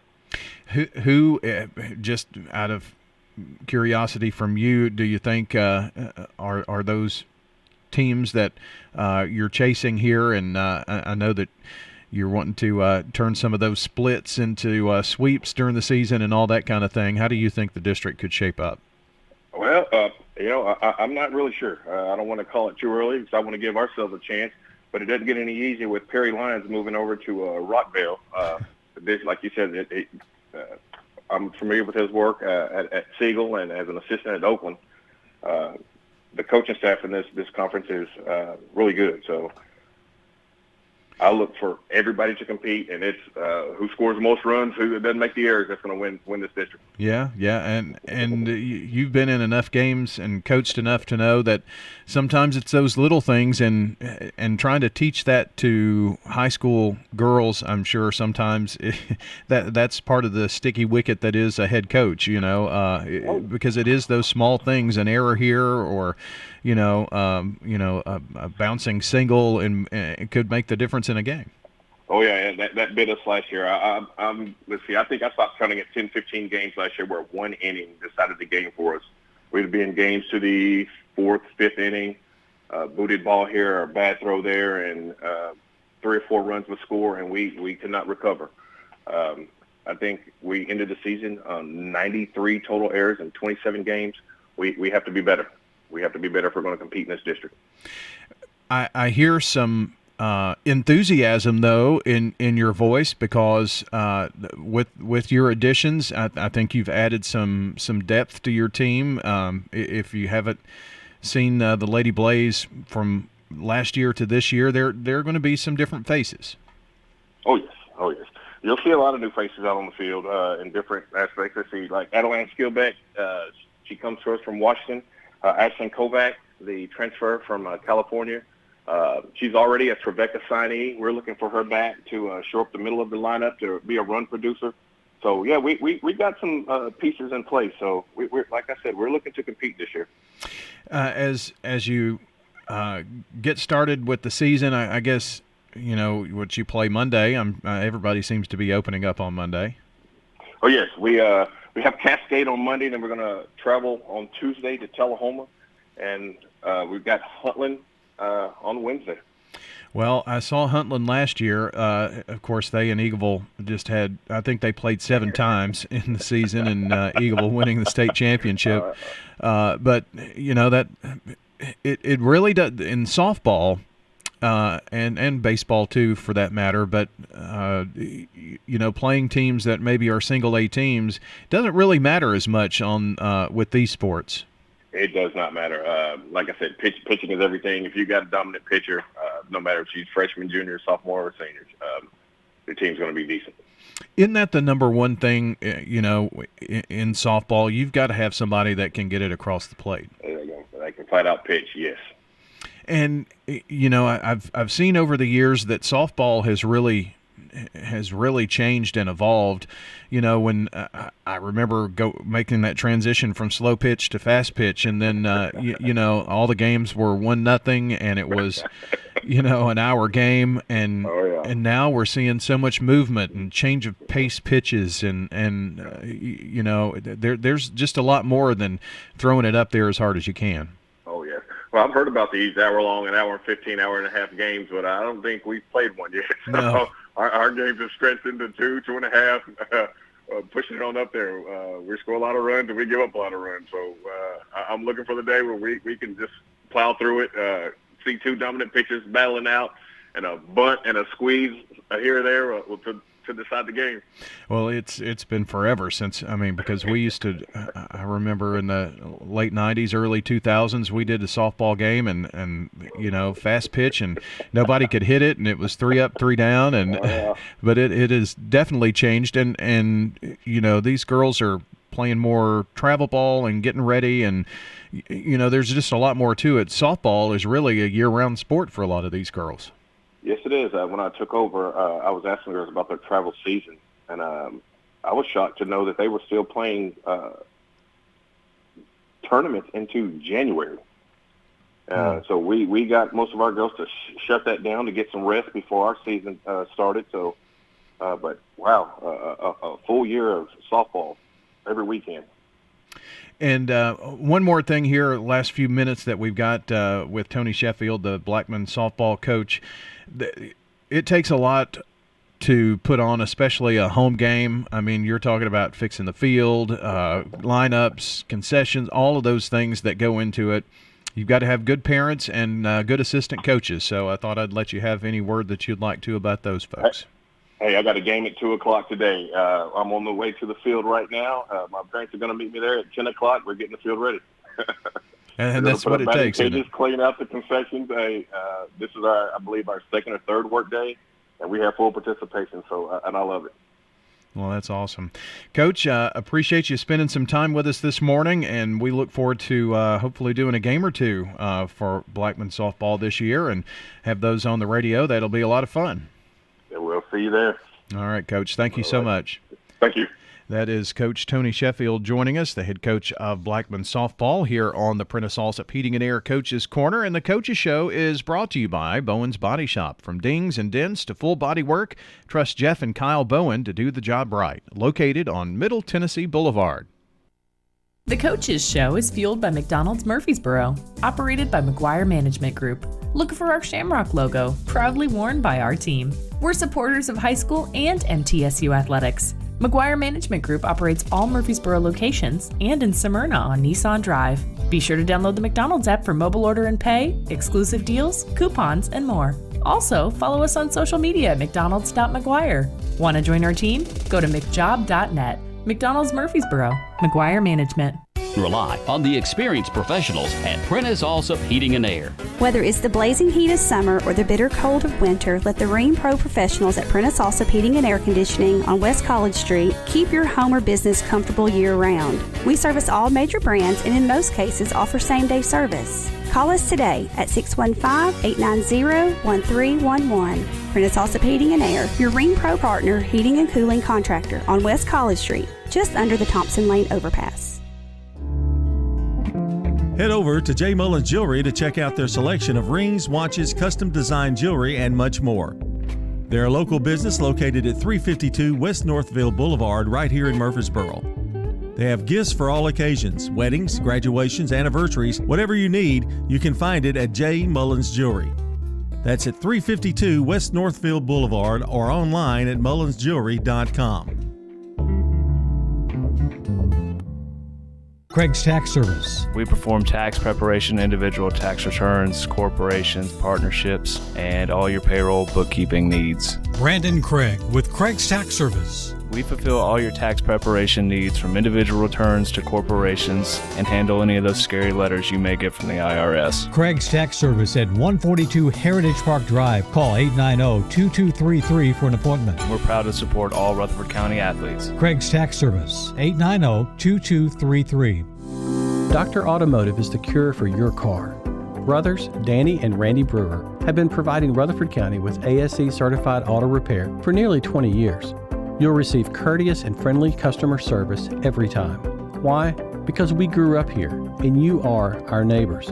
Foreign and domestic auto repair and maintenance on Hazelwood Drive in Smyrna, just off I-24. SmyrnaAutoRepair.com, 615-220-0971. Just ask for Danny.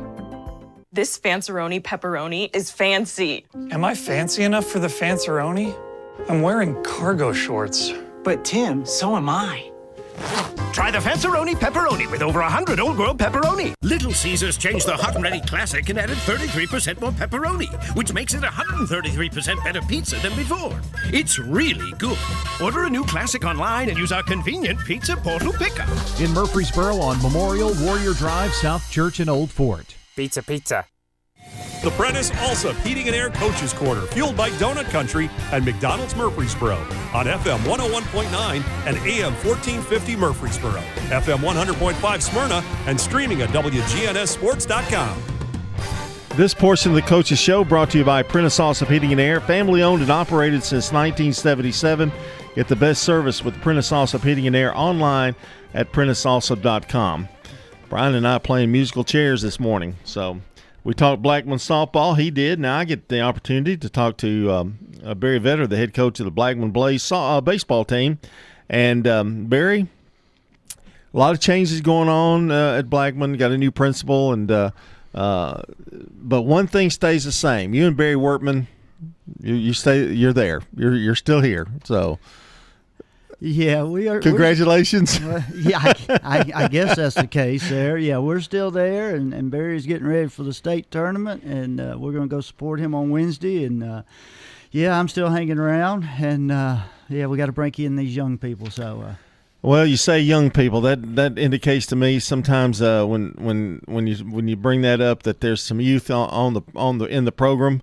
Which has kind of been a little bit of the key that I've heard all morning long with baseball, that there have been a lot of teams that are playing not necessarily sophomores or anything, but playing guys that maybe haven't played as much as others. Is that your case at Blackman? That's definitely our case at Blackman. We graduated quite a few kids, and we graduated a lot of experience. I really like what we got. We're talented. We're athletic. We can do some things.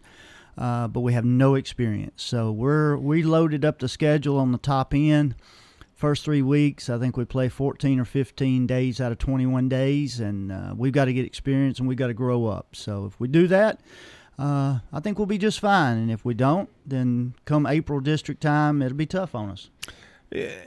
How do you get them? And baseball is a little different. It's more of an individual type sport within a team sport. And I know these guys play travel ball. I know that there's a lot of it. Does it happen quicker maybe in baseball than it does maybe in some other sports? I don't know about other sports. I can tell you from at least the last, since I took over, the last 6 years, they play travel baseball year-round now just about, and all these kids are trying to get seen and get scholarships, and I'm all for that. I don't have a problem with it. To be good, you have to play travel baseball. You really do. The problem with it is when they come to us, they don't do all the little things. They don't bunt in the summer. There's very few first and third plays or bunt defenses because nobody bunts. Everybody, it seems like the kids are – I want to get exposure, so I need to throw really hard. I need to swing really hard. I need to run really fast. But that doesn't translate into a team setting when you come to high school. And what they don't understand is you can be the best 14-year-old player in Middle Tennessee, but when you walk out on that field and now you're playing against a bunch of 17, 18-year-olds, right. all of a sudden you're not the best player on the field. Right. And that hurts their egos. Yeah. It's tough for kids to understand that they have successful summers, but when they come to high school, you're playing against guys that are bigger, stronger, faster, with more experience, and now all of a sudden you struggle, and they can't handle that. That's mental. That's a mental thing, and we refer to it as a bunch of mental midgets. We can't be that way. We have to play in a team setting. We don't have guys that throw 90, and we don't have guys that hit a lot of home runs, so we have to make positive outs, and we have to move base runners, and we have to play good defense. in the years that you've been there, you've had some really good ball clubs, and you've had some teams that rebuild. And I guess when you do that, it's just like anything else. You rebuild, and you get a group of seniors that have been together for 4 years, and then you've got to start over. But you try to build that camaraderie early, because that's another thing I don't know that they get in travel ball, but the camaraderie and the playing together day after day for the next month and a half, 2 months. It's really different. It is. It's a lot different, and one thing that we joke about, but it is true. It says, these seniors, this is your time. In 10 years, you're not coming back to have a travel ball reunion. Right. Exactly. Yeah. But in 10 years, you're going to come back and you're going to go to your class reunion, your 10-year graduation, and first thing you're going to do is you're going to come in and find your teammates. Mm-hmm. And you're going to sit down and tell old stories about how Coach Vetter or Coach Frazier or somebody yelled at you or did this or did that, and those are the times you remember. So this is their time. And it is tough at times. I mean, we don't, very rarely have we just completely started over and played sophomores. Mm-hmm. We've got enough talent that we think we can have a mixture between senior, junior, sophomores. This is a strange year. We even have a freshman that's going to be on varsity, and he's going to see some quality time. Well, that's interesting, and you don't see that very often, but talented kid. Let's talk a little bit. It starts with pitching, and I could ask 100 coaches, and they'd answer that the same way. What does it start with? It starts with pitching. So let's start with the Blackman Blaze pitching. All right. So yeah, it does start with pitching, and when we throw strikes in our 4 scrimmages, when we throw strikes, and the kids we put out there throw strikes, we've been successful. We feel good about what we do and how we pitch, and even though we don't have great arms, great velocity. We're able to change speeds, and so it's going to start with senior Tristan Saputis. He's committed to Bethel, and then he'll probably be throwing on Monday. And then we have Nick Trigg. He's a senior pitcher, and he'll see a lot of quality time for us, both as starter and coming in middle innings and getting us some innings. Juniors, we have Joe Marrera, who pitched for us some last year and played in the outfield. Carter Gregory will be a big arm for us, and he's going to figure it out coming off knee surgery, and he was one of our district starters last year. Junior Trey Walcott, he was a JV kid that we had to bring up late last year and play in the outfield, and so he'll be a guy that comes in and relief for us. Cooper Stevens is a junior. He's going to play some third base for us, but he'll also get on the mound. He's got a nice live arm and does some things. We got 2 sophomores, Mitchell Cunningham and Jonah Brown. And they've got, kind of like we talked about, they've got to understand they're playing against older kids. And so their approach in the summer can't be the same approach in high school. But they'll see time on the mound, Mitchell and Jonah will. And then we have a freshman, Andrew Monson, who's thrown really well for us so far in the preseason. And so we'll throw him out there in a starting position on the mound at times, and that way I can prep him going into the game and make sure that mentally and physically he's ready instead of throwing him in the middle, and just say, hey, son, go give me 3 innings. Mm-hmm. Go give me one time through the lineup, and I'll get you out with some confidence, and everything will be okay. So we have about 9 kids that we can throw up there. And once again, I mean, it all comes back to throwing strikes. When we throw strikes with the stuff we've got and the way we change speeds, we can be successful. But if they don't throw strikes, we're going to have some long days. We're talking to Barry Vetter, head coach of the Blackman Blaze baseball. Barry, when you're talking like that, it seems like you're going to be over that pitching staff, and you're going to make they kind of have the understanding they could come out at any time, any point. You're going to kind of when you have it's important to have a lot of arms, is what my point I'm trying to make. You're going to need everybody on board. Oh, definitely. I mean, like I said, we start Monday, and we'll play Monday, Tuesday, Thursday, Friday, Saturday. So we've got 5 games right there in the first 6 days.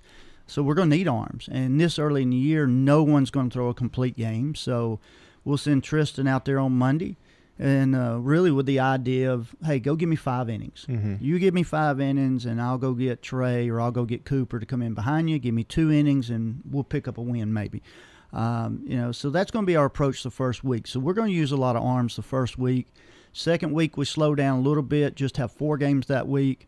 But then we turn around the Warrior Classic in week 3, and we go back and have 5 games in 6 days again. So we did that with the purpose of we're so young experience-wise that we have to get them some experience in these first 3 weeks, get them some at-bats, get them some time on the mound, and hopefully they'll grow up.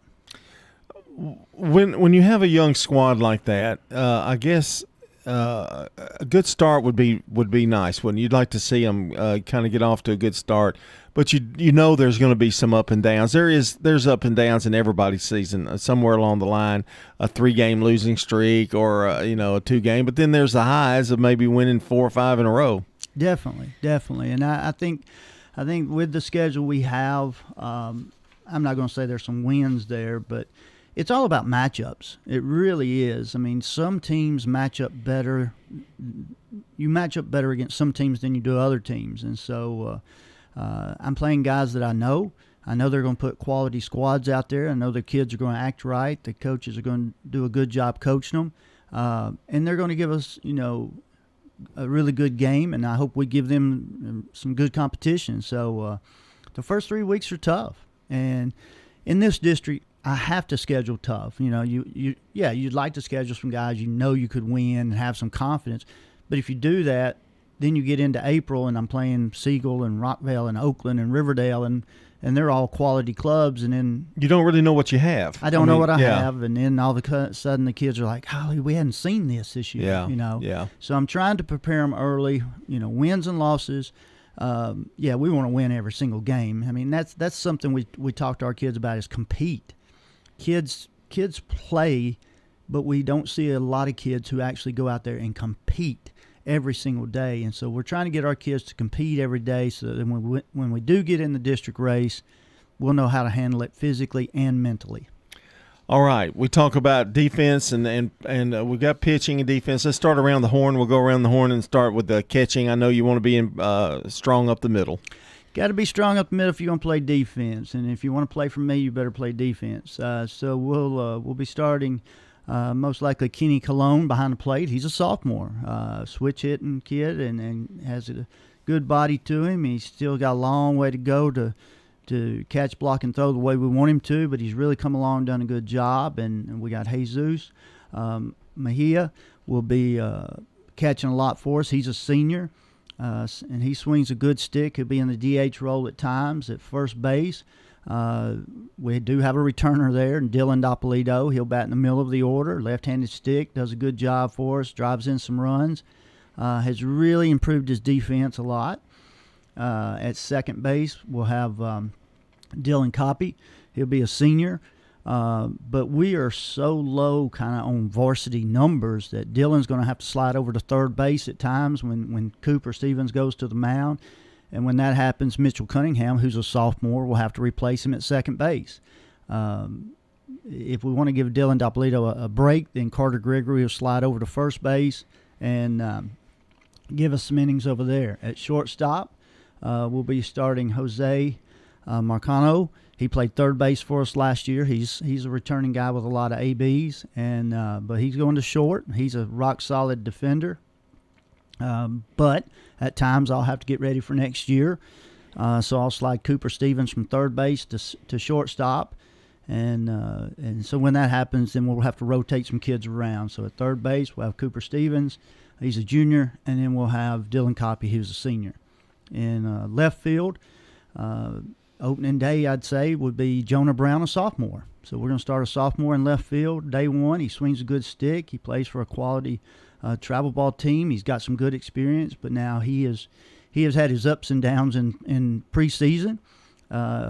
He got in a situation the other day, and he came in the dugout, and I said, you don't see that in summer ball, do you? And he goes, no, sir, never. And so he's grown up a lot, and he works hard. He's going to be a heck of a ball player. In center field, we'll start Trey Walcott. He's a junior. We brought him up last year, and he ended up playing in the outfield. He does a good job for us. Also swinging from left field to right field a little bit, we'll have a junior, Alex Bigelow. And that kid can fly, and he does some good things. He's gotten a lot better in preseason and doing a good job for us. And then in right field, we'll have junior Joe Morera. And then when he goes to the mound to pitch, because right now he would probably be one of our district guys, then we'll have freshman Andrew Monson starting either in right, left, or center. He's an athletic kid. He does a good job, and he's just young enough not to overthink it right now. He's just happy to be there, and he works really hard, and he goes out and gets after it. And but right now he doesn't let it get in his head. Yeah. So we like what we got. We really do. I like these kids. They work hard. They do what we ask them to do. They're all coachable. Well, you weren't kidding when you said you're young. No, we're young. Yeah, we're young. There are a lot of sophomores listed over there. Yeah, but is that not sometimes fun? I mean, that to see growth and see how they respond to things. I mean, and I know there can even be funny moments sometimes when you go, I can't believe that just happened, kind of thing, like he did. Oh yeah, like Jonah did. Yeah, it is. I mean, and I can say I've been fortunate enough that I've never had to play a lot of sophomores. Mm-hmm. So this is probably the youngest team I've ever had in 33 years. I like the team. Like I said, I really like these kids, and I expect good things out of them. And the first 3 weeks will tell a lot. Yeah, yeah. And it's important to have numbers, but even regardless of this year, let's just put this year away and say, boy, that's nice to look forward to. Juniors, seniors, all those coming back. So that bodes well for the future too. It does. I mean, and we look at that. I mean, there'll be some days where we only start 2 seniors. I only have 5, but there'll be some days where I only start 2. And so to look and think, okay, next year I just got to replace 2 guys. That looks good too. Senior Day is going to be a short ceremony, isn't it? Yeah, we won't take but about 5 minutes for Senior Day. Barry, this is a tough division, a tough district, and you know that, and you've been there around it for 20 some odd years, and it won't be any different this year either, will it? No, it's a great district. I truly believe our district here in Rutherford County and the one in Williamson County are probably top to bottom now, the 2 toughest districts in the state of Tennessee. Well, it starts like this week, doesn't it? Monday. If you're not excited about Monday, you're playing the wrong sport. I'm excited. I got to get through some basketball first, though. Barry's got to take care of business next week. That's true. All right, that's Barry Vetter. Good luck, by the way. Thank you very much. Barry Vetter, the head coach of the Blackman Blaze. When we come back, we'll have a special Cougar Corner here coming up with we'll be talking to Jason Piercy, the athletic director of MTCS, followed by Matt Tiller, the president of MTCS, as we continue here on News Radio WGNS. This portion brought to you by Donut Country, 2 locations on Memorial and Middle Tennessee Boulevard, and by McDonald's of Murfreesboro, operated by the McGuire Management Corporation. Parks Auction. We handle everything. The auction is a means of drawing people together for a quick, easy sale. I've always been a big fan of auctions. You know, you get instant sale, no contingencies and everything. I've known the guys over there my entire life. Visit our website at parksauction.com to learn more. Hi there, do I have a high now? Call Parks Auction at 896-4600. Stan Vaught and the Parks Auction team are proud supporters of local high school and MTSU sports. If you need concrete work done, who would I call? Dan Franz Concrete. Here's why. He's local. He attended Walter Hill Elementary, Oakland, and MTSU. He served our community as a school resource officer for 9 years, and he's involved in the community. This is Dan with Dan France Concrete, wishing all Rutherford County student athletes a great season. Study hard, play harder, and be safe. Dan France Concrete is a licensed and insured residential and commercial concrete construction contractor serving Middle Tennessee. Check out danfranceconcrete.com online to see some of their work. Here's a question. What do you want from your electric co-op? An app for easy payment. Solar energy solutions. I just want to talk to a real person when I need help. Energy tips and low rates. Done, done, done, done. I want to fly my car to the moon. Houston, let's talk about electric vehicles. Energy Service Life. That's Middle Tennessee Electric. We're here to get done what matters most to you. Learn more at mte.com. We're talking now with Heather here at Carpets by Osborne. Tell us what it's like to work at a family business. It's a lot of fun. However, it's a lot of work. Everybody has to pull their weight equally. What do you think are some of the advantages of people doing business with a family business versus a corporate business? We are here to answer all questions. We're responsible for scheduling jobs. We're not here to sell you material and pass you off to a list of installers. Carpets by Osborne on Northwest Broad, next to Tire World. The Blue Raider fan source for officially licensed Middle Tennessee gear is Raider Tees. T-shirts, caps, sweats in all sizes, designs, colors, children's to plus sizes. Raider Tees has decals and license plates to show everyone your favorite team. Plus, check out their wide selection of Blue Raider art, jewelry, even golf tee markers. Show your Blue Raider pride with the largest selection of Blue Raider merchandise anywhere by shopping Raider Tees, 910 Ridgely Road, just before the bridge over Broad behind Chewy's. It's time to talk MTCS sports. It's Cougar Corner, fueled by Donut Country and McDonald's Murfreesboro. Presented by Tennessee Orthopedic Alliance. TOA, live your best life. Online at TOA.com. We're joined by Middle Tennessee Christian School coaches to talk about their most recent games and their upcoming opponents. It's time to talk orange and white on MTCS Cougar Corner. And good morning and welcome in to our final Cougar Corner of the season, and we're going out with a bang. Yeah, we've got Athletics Director Jason Piercy in, and then the big guy. We brought in the big guns today, Jason. The big gun is coming.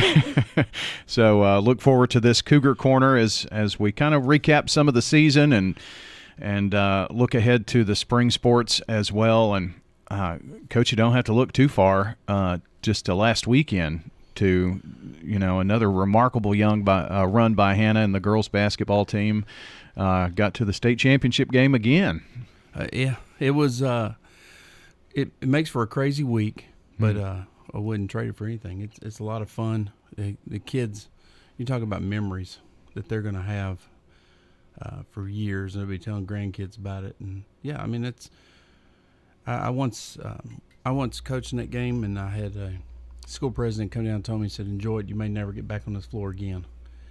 And to be back the next year is quite remarkable. Yeah, it's hard to get there, very hard to get there, and to get there 2 years in a row is even harder. So it was a lot of fun. Well, you're an old hoops coach, and I remember we got there once with your team over at the Murphy Center. I guess it was before Division II. Yeah, and those moments are special. I've seen, in your old office, you had some pictures of that and, plaques and that kind of thing. But it does bring up good memories when you have those to go back to, doesn't it? Yeah, and what's really cool about our place is we packed that place out with probably brought the best crowd of the day, and it was, you see all the orange, white, and black in the stands, and it's our support is unmatched. It's really something to watch our community come out and support these kids, not just in that game, but leading up to it. It just kind of, there's a swell just kind of goes. But I mean, our regular season games are that way. I mean, our people come out and support our teams, and it's just a fun thing, fun community thing. Well, let's just kind of look back over the sports year to this point, and maybe, just maybe, the busiest time of the year is right now. Would you think? Monday it's going to get crazy. Yeah. Spring is I refer to it as downhill skiing. I mean, it is really you just kind of tuck the poles and put your head down a little bit and go, and before you know it, the end of the year will be here, because it is every day there is something. You just walk out the door and look right, look left, and find some place to go watch kids play, and it's we're going to be busy. Well, I know I had the opportunity to talk to Matt in 2020. It was our last coaches show. I went to his office to record the show, and his phone kept buzzing, and I knew that he was distracted isn't the right word, but he had other things that were pressing at that moment. And when we got finished with the interview, that's when we found out the girls' state tournament was nixed, and all the spring sports within a few hours from that were nixed. And I think about that every time, because you're gearing up for a great season, going to have a lot of baseball and softball and all that to play, and they didn't have that opportunity. And the reason I go back to mention that is, as much work as it is, as many things that are going on, it's got to feel good to be able to go out there, because we've missed it. We missed it once, and it was a big miss. It was. We were talking about this the other day, telling that story how we came out of one meeting saying this could happen, be prepared, and I didn't get to the doorway down the hall before they buzzed us back and said come back. And then excuse me, as soon as that was over, I was down at the baseball field telling Coach Carver, play all the seniors you got every minute you can. I said, I can't tell you a whole lot right now, just play them all and play a doubleheader. So they stayed and played another game, I believe, just because they knew that was it. And you know, after that, yeah, I mean, especially the next year, there was that sense of just we lost a great opportunity there for kids to play and compete. And you know, a lot of people forget the kids competing. A lot of people forget the parents. I mean, you had senior parents who lost their last shot at seeing their kid play on in that spring. So yeah, we don't want to dwell on that too much, but you know, going forward, it does create that appreciation that you can go back out, and then once all the restrictions and all that stuff went away, you know, it's kind of good to get back to a sense of normalcy and watching kids go out and compete. Yeah, the only reason I mention it is because I hope that we don't forget how something like that was virtually taken away, and don't take it for granted, because these spring sports athletes, they work just as hard as everybody else, you know, and I know it's a lot going on, you know, in the spring with all kinds of teams playing, but that's why you do what you do. Yeah, that's exactly right. I mean, I was one of those parents. My son lost his soccer season. Mr. Tiller's son lost his baseball season in his senior year. So I mean, it hits the adults for sure. But you know, kids remember it too. You know, and you're right. You got to take every moment and treat it special and enjoy it while you got it, because you never know. I mean, the thing we always say is you never know what could happen. Well, it happened that year. So I mean, it was what you thought was unthinkable happened. So yeah, but it's going to be a good spring. Kids are going to be out running around having fun, and we're going to enjoy it. When you first started at MTCS, and then when you got some administrative duties as athletic director, did you ever think, now that it's been a couple of years, that's just been your sole focus, that you would be as busy as you are? Because I'm sure you are very busy. Yeah, my wife will tell you that for sure. The job has changed. I would say most athletic directors will tell you that. It is back when I first started coaching, your athletic director basically make sure your eligibility was set and you had referees, and that was kind of it. And then now, so many of our things, we joke, so many of our games are events. And so there's a production part of it as well. There's social media has come in since then. All those types of things that it just adds layers to it. So yeah, and Mr. Tiller and our school has been great. You know, and they've helped us build an athletic department. You know, when I started, it was me, and now we have 2 assistant ADs and administrative assistant, director of operations, and so I mean it has grown into a department with many levels and things, and most athletic directors will tell you this, that it's just the job itself has grown to where when I first started, when I was first athletic director, I was coaching a major sport and teaching 5 classes. Right. And then I was coaching a major sport, teaching 5 classes, and I was dean of students on top of it. So, and all that's, we peeled some of that away because it's just the amount of time it takes to make sure that you get all those bases covered and everything's ready to make sure the event goes smoothly, and the fans and the parents enjoy it, and it's you put out a good product for the kids to go out there and compete. I was talking to a Rutherford County School athletic director in the public schools, and one of the things that came up is it would be nice if all those schools could have a full-time athletic director, that's all that they did, and this person is also an assistant principal, and doing those AD duties. I mean, it's got to be impossible, and in days like today, and what you just mentioned, all the things that you're dealing with, all of those are important to make sure people know about the product, and social media is such a big key to posting all that stuff. And I mean, it's a big job. It is a full-time job. It is, and you're starting to see more of it change where there's more people are starting to realize, in order to do it the way you would like it done right, it has to be a full-time deal, because it's when I came out of the classroom, it was, one of two things. The conversation we had was there are tons of meetings. There are tons of things you got to get ready for. There are phone calls and emergencies. And so either you're cheating your classroom kids because you're taking time there because the time's going to happen. Something, one way or the other, you got to devote attention to it. So you don't want to cheat there at all. And so, it's just I'll advocate for any athletic director, no matter what level. It is a full-time deal now.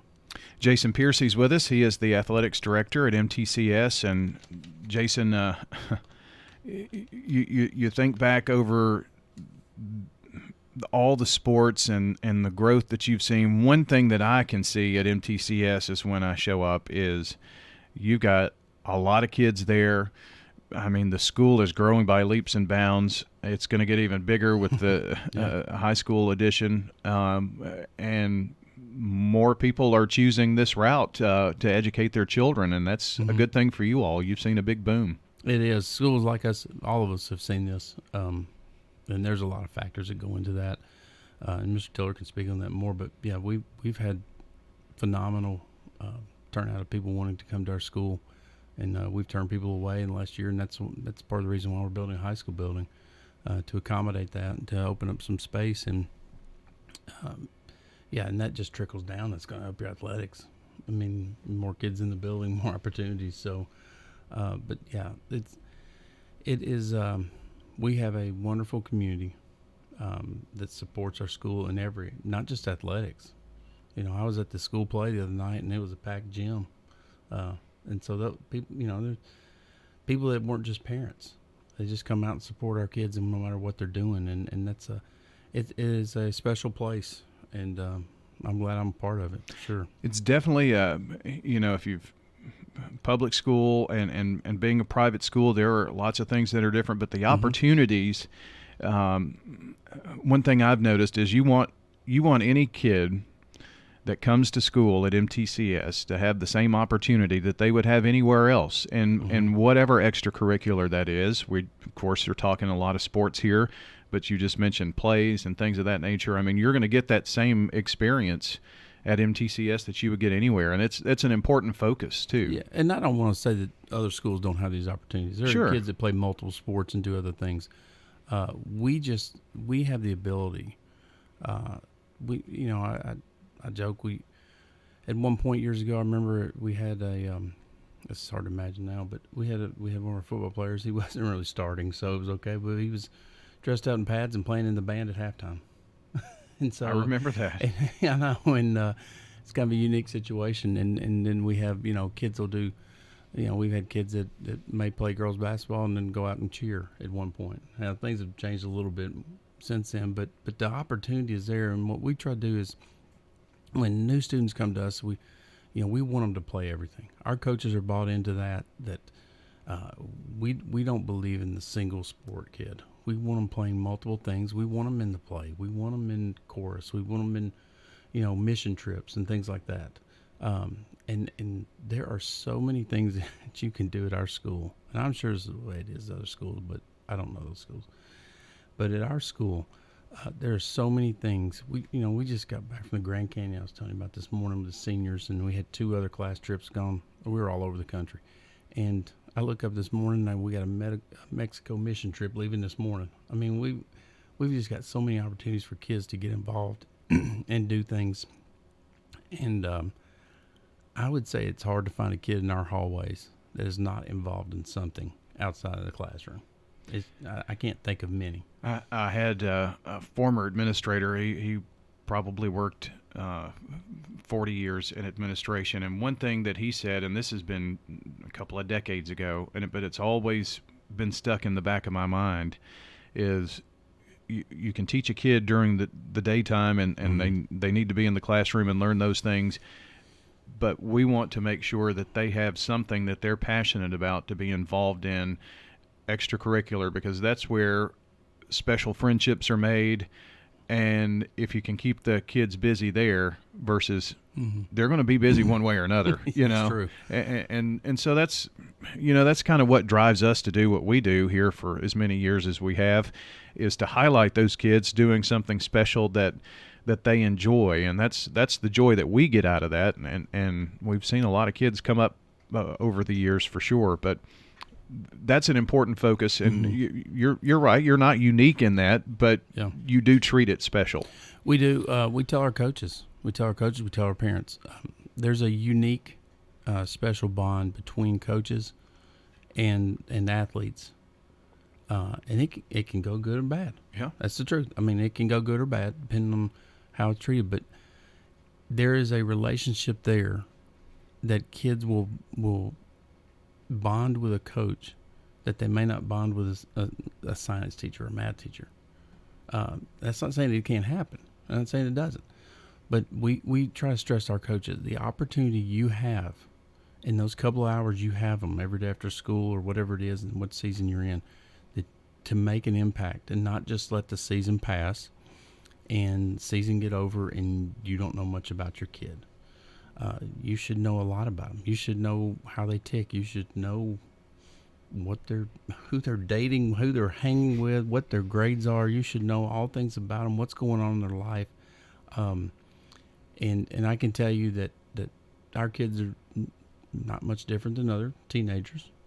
And they have their struggles too, but it's great to see. What we like to tell people is, you know, Mr. Tiller will tell people on tours, and when we have people come in, he'll say, you know, we have teenagers, we have problems. We're not telling you we don't. But how we handle them is a different way than most people do, and how we address them and how we try to learn through them. And that's the same thing with athletics. We have teams, we have coaches, we have athletes, just like other schools. We try to treat it differently. We try to interact differently. We try to make an impact, more so than just did we win or lose, because that's the most important thing, is down the road how it turns out, how those kids, you know. I mean, I had a coach once say that I'll let you know when you get married and have kids and you get a job whether I did a good job or not. And that's kind of the thing. We've got to look long-term vision of, are we doing a good job of helping equip these kids for when they leave our hallways. MTCS Athletics Director Jason Piercy with us. I did want to go back to, I was thinking in my mind when you talked about, you know, an athlete being involved in this or that, and, you know, multiple sports, the possibilities. You know, Coach Barry had a great volleyball season. Some of those girls come over and play basketball. They had a great season, and maybe some of those even are playing softball or soccer or tennis or, you know, something here in the spring, and just go from one to the other. But the encouragement by those coaches, you know, I know Greg didn't get, you know, football had a nice long run, so he didn't have some of those guys back as early as I'm sure he would have loved to have had them, but it's encouraged, and all coaches from other sports are at the games and even helping out, and, you know, I don't know, it's more like if you're a coach at MTCS, yes, maybe you have a sport, but you're also doing a lot of other things with other sports. Yeah, it's kind of funny. You know, we joke about Friday night football, so it's all hands on deck. Kind of has to be, doesn't it? Yeah, I mean, we've got everything from, you know, our baseball coaches helping set up the field, our volleyball coaches doing the PA. We've got all other coaches, whoever we can grab to do everything administratively, help run, you know, helping things run.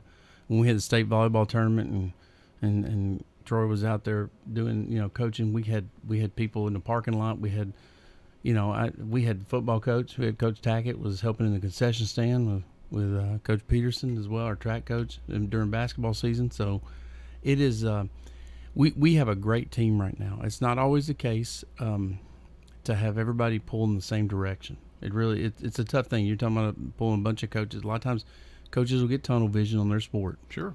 And then they don't know or care about anything else. Right now we have a great group on our staff, probably the best that I've been a part of, that is all in for everybody. They're passionate about what they do when they do it, but, you know, they are pushing athletes to go play other sports.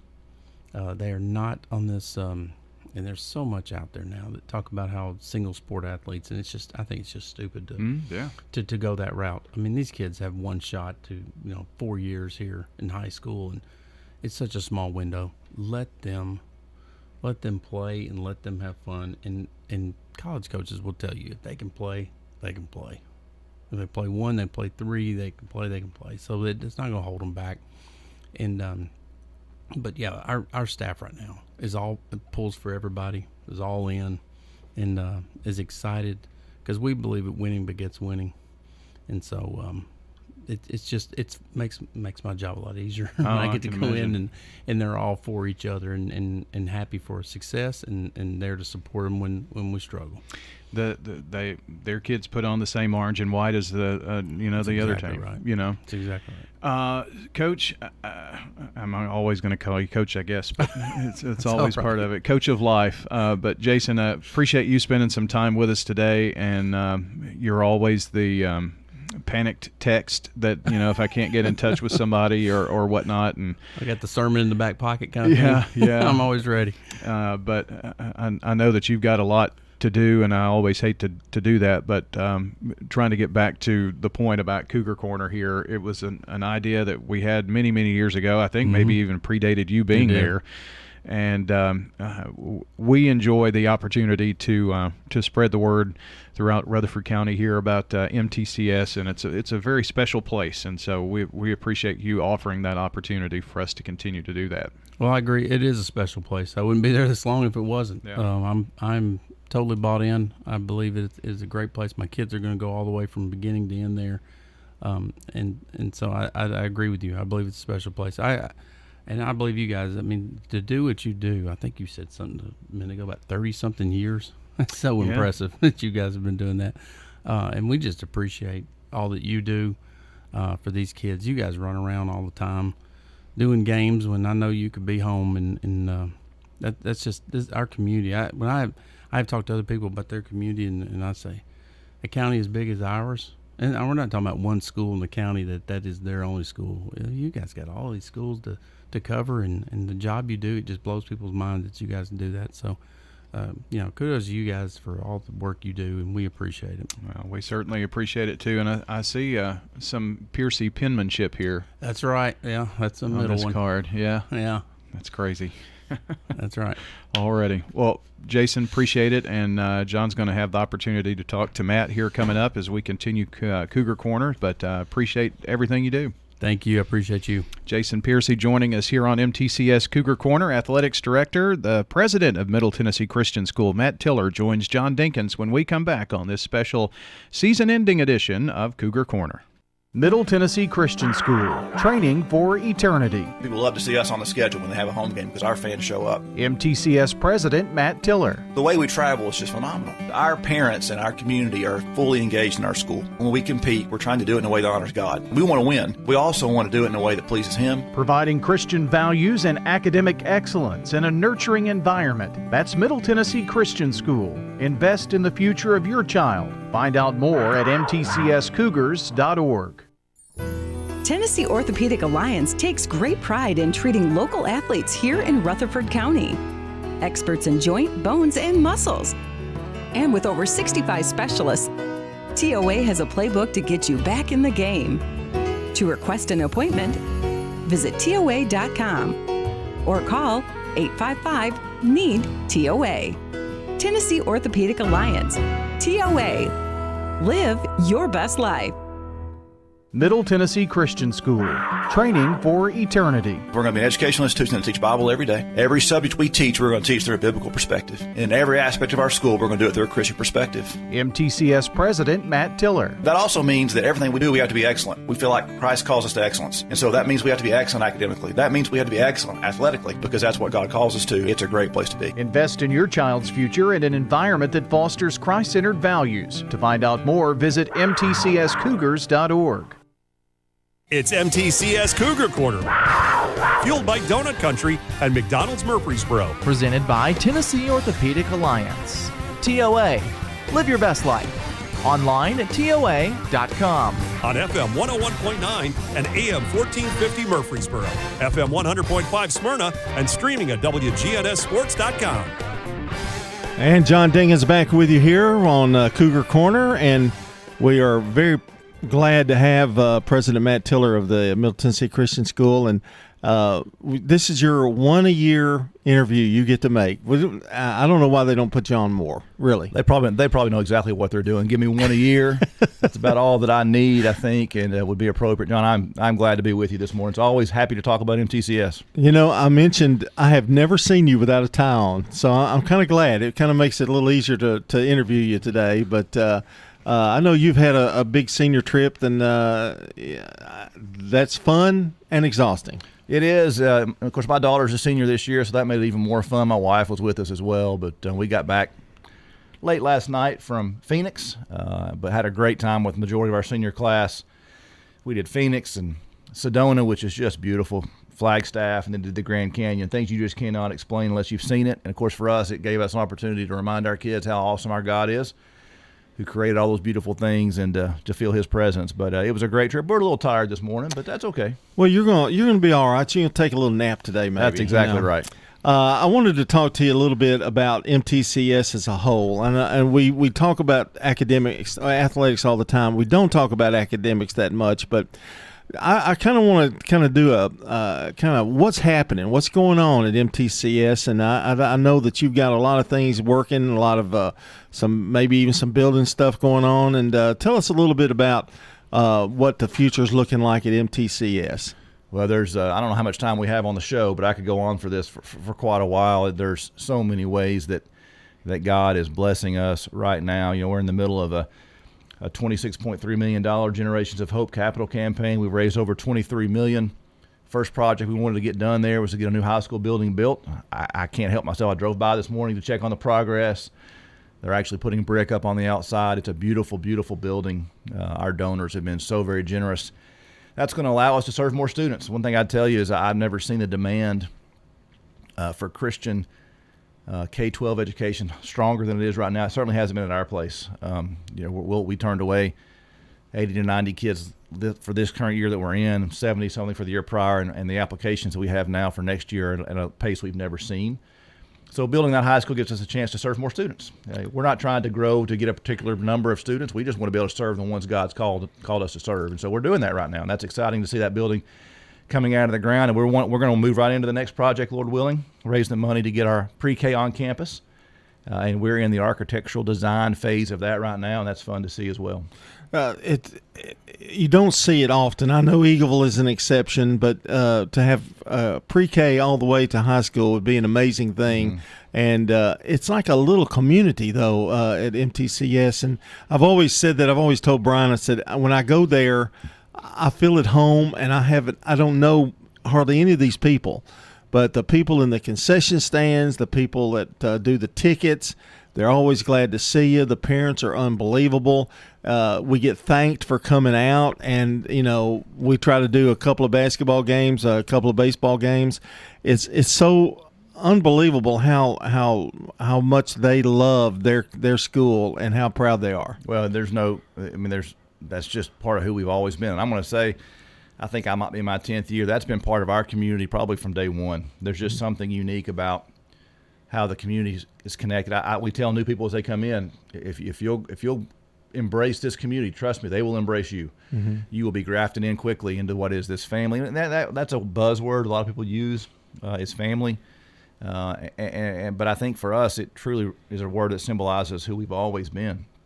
And again, I'll tell you, as we start growing and it gets more difficult and we get larger, you got to make sure you maintain that. Mm-hmm. You add 175 new students or 200 students a year, you've got to make sure you're still creating that community that you've always had in the past. And we're being very intentional about that. But that's what makes it unique. Our community, they really do love one another. I've never been around a more supportive parent community, whether it's athletically or the arts or whatever it is.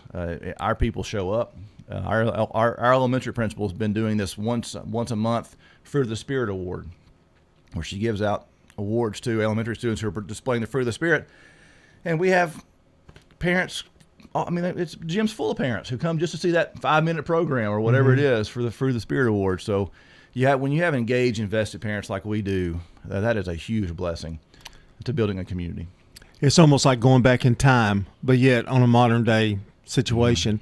Talk a little bit. If somebody wants to go to MTCS, they want their children to go. I know you have to fill out an application. Can they tour the school and do those kind of things and get to really know some other people at all? Yeah, the first thing they need to know is they need to know the name Monica Helton. That's an important name. Oh, gosh, wonderful lady. Does a tremendous job, and she is so good and engaging with parents. But Monica is our director of admissions.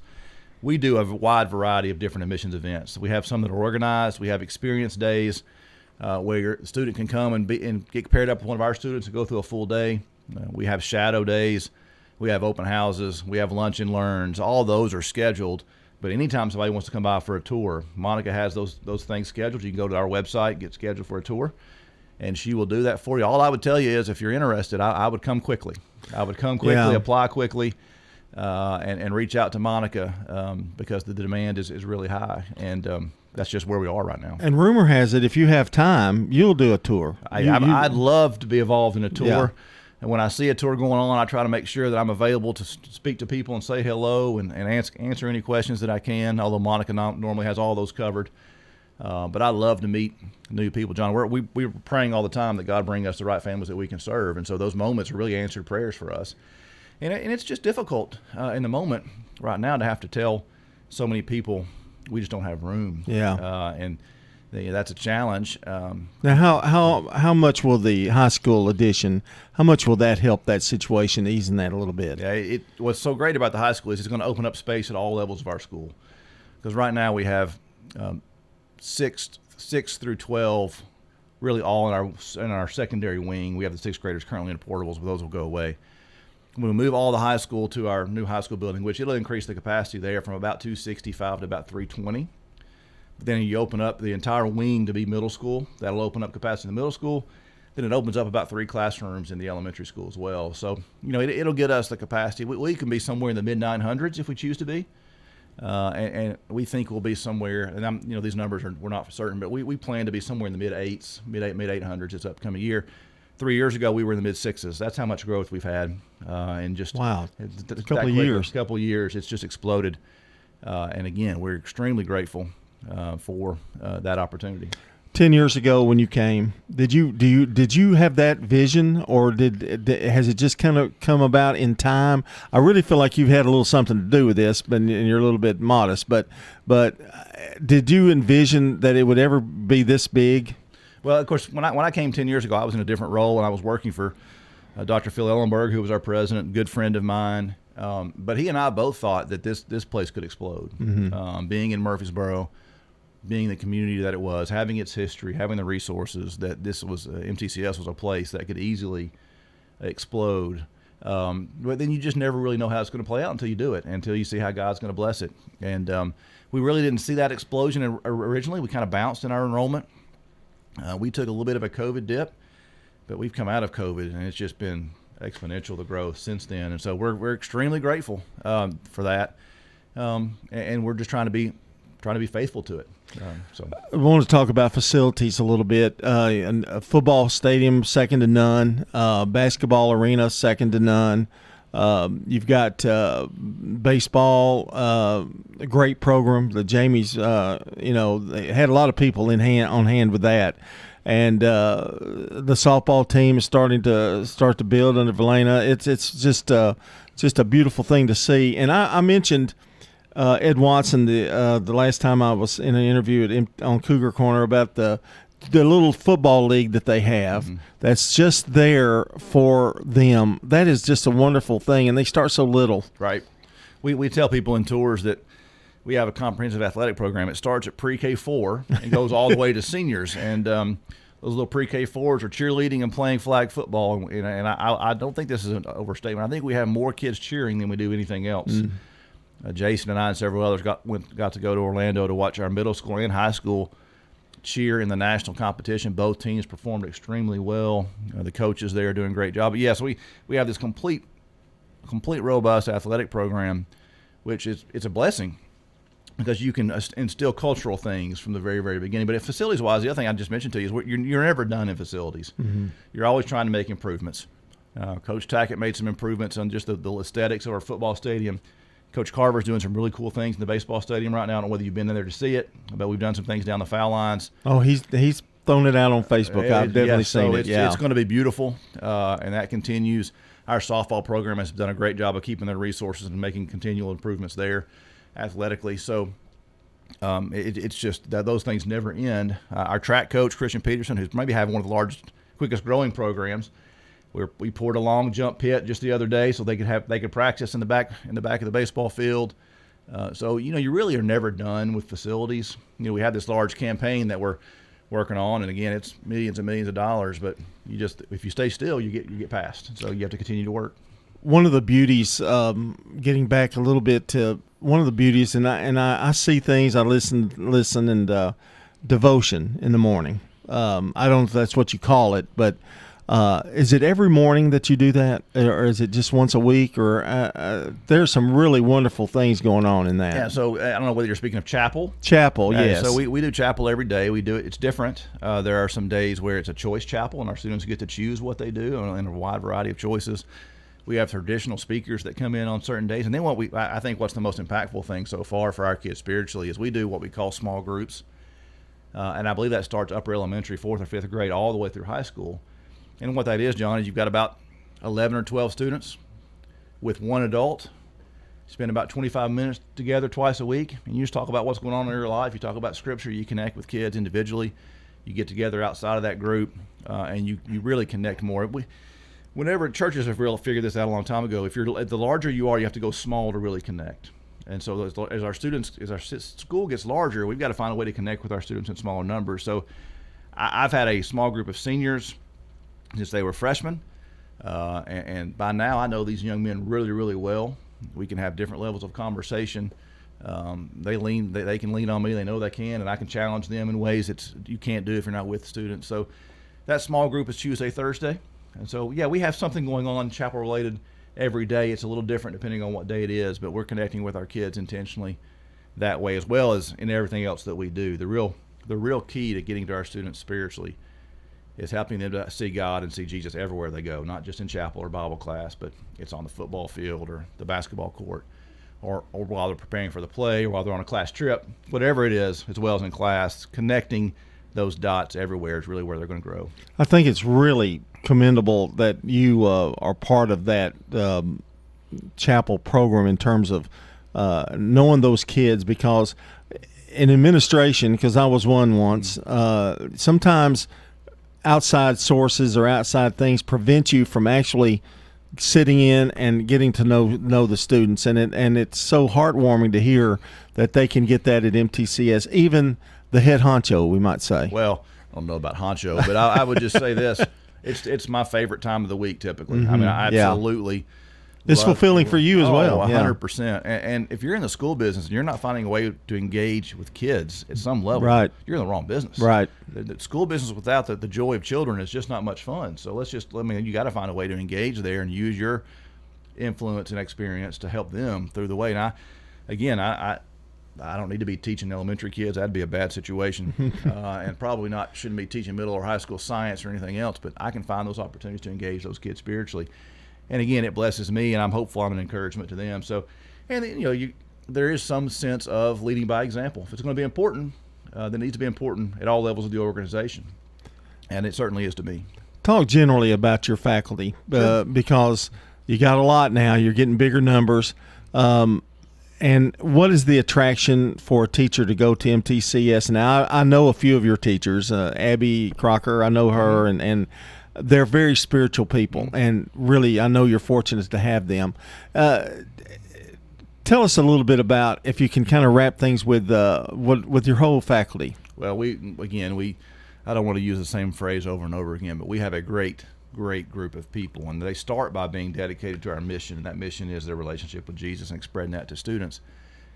And I'm very cautious about being critical of anything else, but we have faculty who've come to us in the last 4 or 5 years that have said to us, in the current role that I'm in the school that I'm in, I know what students need, but I can't give them to them. Mm-hmm. I'm just not allowed to give them the answers of what they need.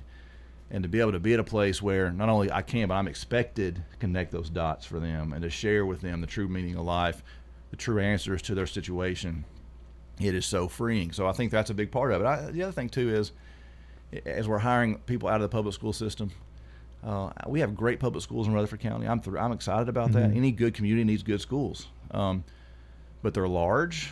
There's a lot going on there. Our teachers love the simplicity of just being able to teach and not have a lot of the other things around it.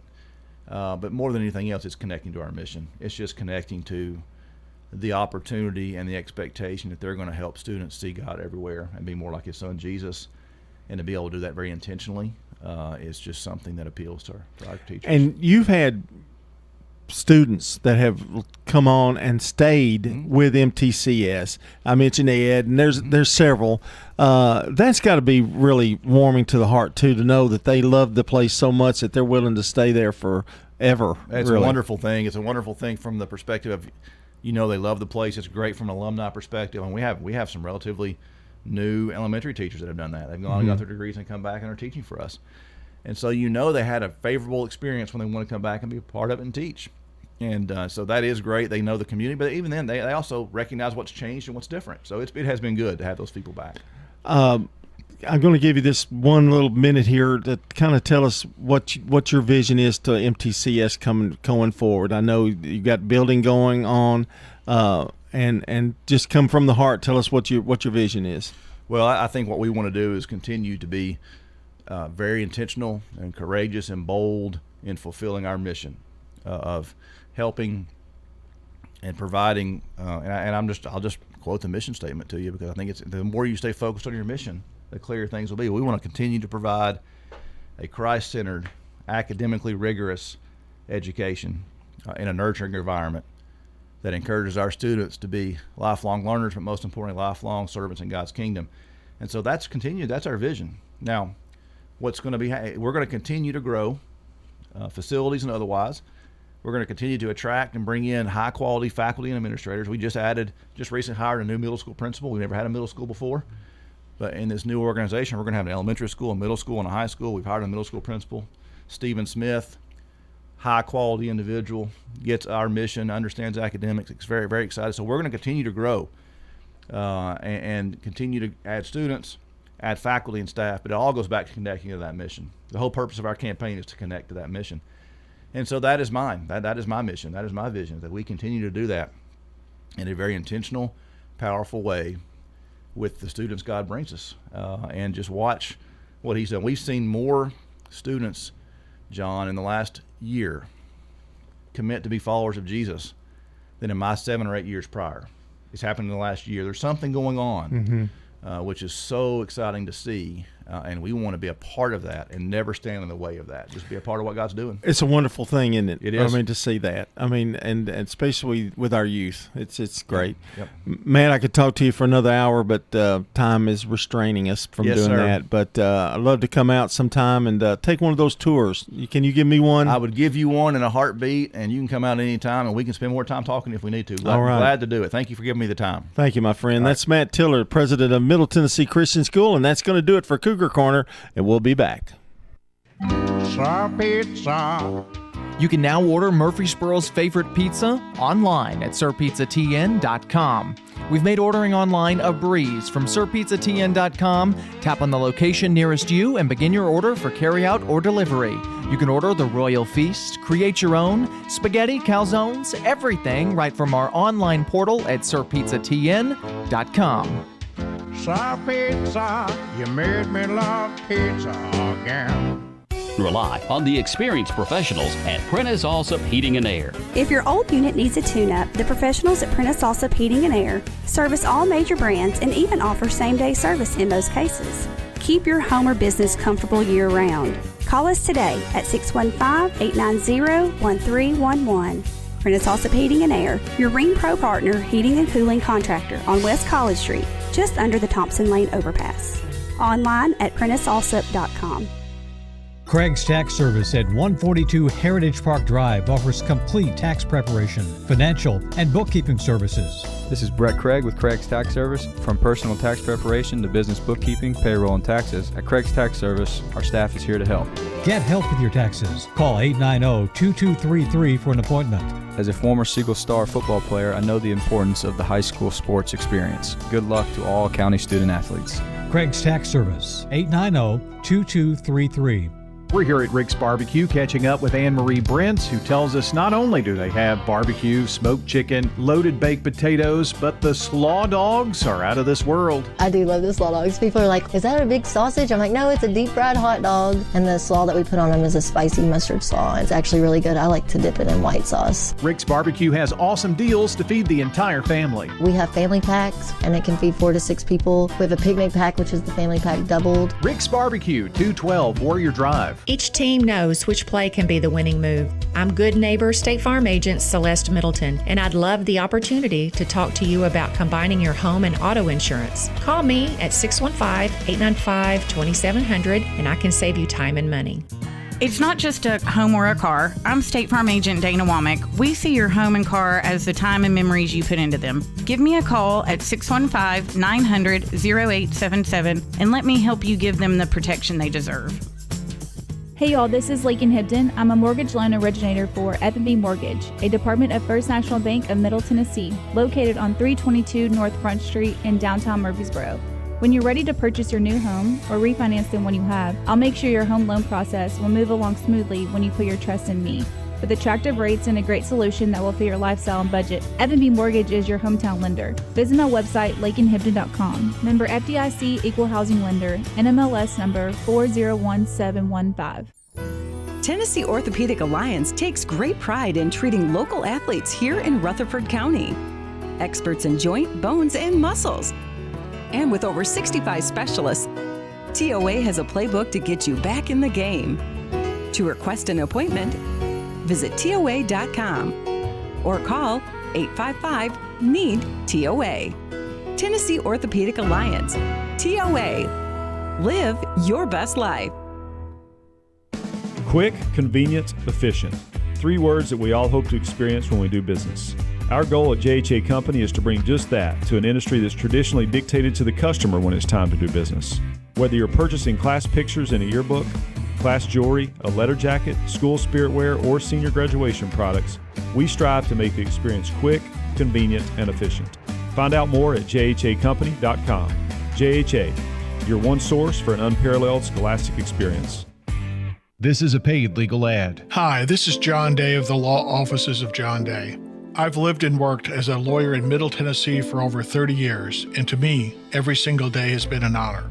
That's why our firm is so involved with community programs like bicycle helmet giveaways and our Safe Ride Home program. At the Law Offices of John Day, we're not just looking to make donations. We want to make a difference in the community we hold so dear. And if you're ever injured, know that we are here for you too. Hello, this is Coy Young at Las Casas Feed Supply. We'd like to welcome you to our door and hope you find the customer service and expertise that exceeds your expectations. Las Casas Feed Supply caters to all homeowners with a 1/4 acre to several acres, focusing on premium feeds and dog foods you won't find in box stores. Nutrition is our specialty here at Las Casas Feed. And yes, you can even get milk from the MTSU dairy at Las Casas Feed Supply, the best milk in town. Las Casas Feed on Barlow Lane, just off Highway 96 East in Las Casas. Hi, I'm Lee Colvin, your Edward Jones financial advisor. And while you've heard the saying, slow and steady wins the race, that same concept can be applied to long-term investing. Investing a little bit at a time on a regular basis can really add up. We call this systematic investing, and though it doesn't guarantee a profit or prevent a loss, it's a way to take advantage of market volatility instead of enduring it. Give me a call, Lee Colvin, at 615-907-7056. Edward Jones, member SIPC. The Prentice Allsup Heating and Air Coaches Corner, fueled by Donut Country and McDonald's Murfreesboro on FM 101.9 and AM 1450 Murfreesboro, FM 100.5 Smyrna, and streaming at WGNSSports.com. Back on the Coaches Show, brought to you by Craig's Tax Service, specializing in personal and business tax preparation, financials, and bookkeeping services. Find out more online at craigstaxservice.com. Time to talk some Eagleville softball this morning. Chad Lehman joins us. Chad, let's see how many titles you have. I don't even know how to introduce you here. Middle school head coach, I guess. Would you be considered the interim head coach for softball? Yes, sir. High school? Yes, sir. And, of course, that mayor title, I guess, yes, sir. goes all around. So. Very blessed to be a part of all that. Man, what do you do in your free time? Well, I try to get a nap in every now and then, see if I can get some sleep. I can imagine. Jeez. We were talking before coming in. Eagleville's been your home for, gosh, over 20 years now. Yes, sir. It's been my home for 20 years. I came out when I was on the original football staff. Came out and just fell in love with the place, and we decided to raise our son out there, and it's been truly a blessing to be out there with the people we have out there in the community. Just kind of took us in, and it's just been an amazing thing to be out there. You know, I don't know if you know this, but that was the first football broadcast that John and I did. Oh, wow. That game at Joe Burns. Mm-hmm. I'll never forget it. Yeah. And that was Eagleville's very first football game, and there was a big lightning storm. Yeah, we stuck in the locker room forever. Yeah, I remember. It was crazy. Well, we were stuck in Jeff Jordan's Chevy Blazer, about 6 of us, and I don't think everybody had showered. But anyway. That's when I learned what condemned locker rooms look like. Yeah, and getting there. But anyway, those are some fun memories, and you've coached several sports. Obviously, you kind of fell in love with this softball thing, it looks like. Yeah, I have. It's a fast-paced game, and I really, like you said, really fell in love with it. And just the relationships that I've made along the way with coaches, players, and and families has been amazing. And that's what people don't realize about coaching is the relationships you make. A lot of times it's not about the win and losses, but it's about the relationships you make, not just with the girls, but with the families and the community. It's just been amazing because they come out and support and everything else. You meet somebody new every day. Well, there was a time when you were the high school and middle school head coach for softball before, right? No, I just helped out with middle school every now and then. Okay. I was a high school head coach for a little while. Yeah. For about 13 years. And then I stepped down because my son thought he was going to play baseball, and so I was going to go take time to go watch him play baseball, and then he quit the next year and decided he didn't want to play baseball after I stepped down. So, but anyway, it all works its way out, and I enjoyed it. I got to go back down to middle school and help do middle school, and that's where me and Coach Bain came together was down in the middle school level, and I think it was truly one of those things that just happened for a reason, and that's how it's all got started, was down just working it up through the middle school level, and Coach Sanders took over the high school and did a great job and just kind of rolled through there. Yeah, and maybe explain the situation there, because she's had some really good family news of late. Yes, she has. She just had a little daughter, and we were truly excited. Each girl was excited about. She sent us a little video, and there was not a dry eye in the place. Everybody screaming when she had her, and she went through a lot to have her, and truly was great that she had the little girl. So she's spending time with her right now where she should be. And we're excited about, someday putting a yellow ball in her hand and seeing her play, because her mom was a pretty good softball player as well. Yeah. They grow up quick, that, yes. I'm sure, from personal experiences as well. This group that you've got on the high school level just made me think about, you see those middle school kids and you see lots of promise. You see, man, this girl could be, and so that has to be a fun level to coach. It is. It's fun to watch them grow, and that's the excitement that I have at Eagleville. Is being a K-12 environment, is you get to watch them grow, and a lot of coaches don't get to see that, and that's an extraordinary benefit.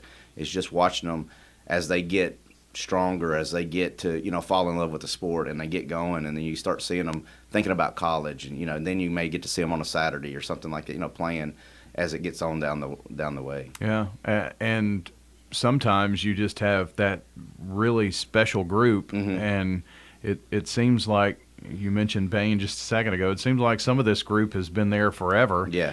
And, you had some 2 years ago when you got to the title game playing as 8th graders. So. Correct, yeah, and it's been that the group has just bonded and come on like that, and it's amazing to see. It's just, we had at one time in that title game when we came in second, there was 4 8th graders that made a difference in that game.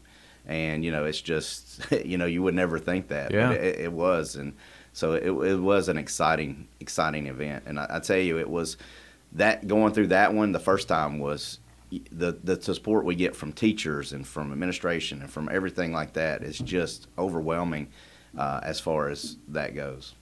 Chad Lehman is joining us here this morning as we talk some Eagleville softball. That was 2 years ago. Last year you had a magical season. I mean, these season like you had last year are things that movies are made of. I guess, right? Yeah, it felt like you were in a Disney movie. Is what I always tell everybody. Yeah, everything just kind of towards the end just started clicking. I mean, we didn't win ball games by, we beat Dresden, I think, by 1 or something. And, it was just one of those deals where it all fell into place. And, of course, we did have the incident that happened with Coach Bain.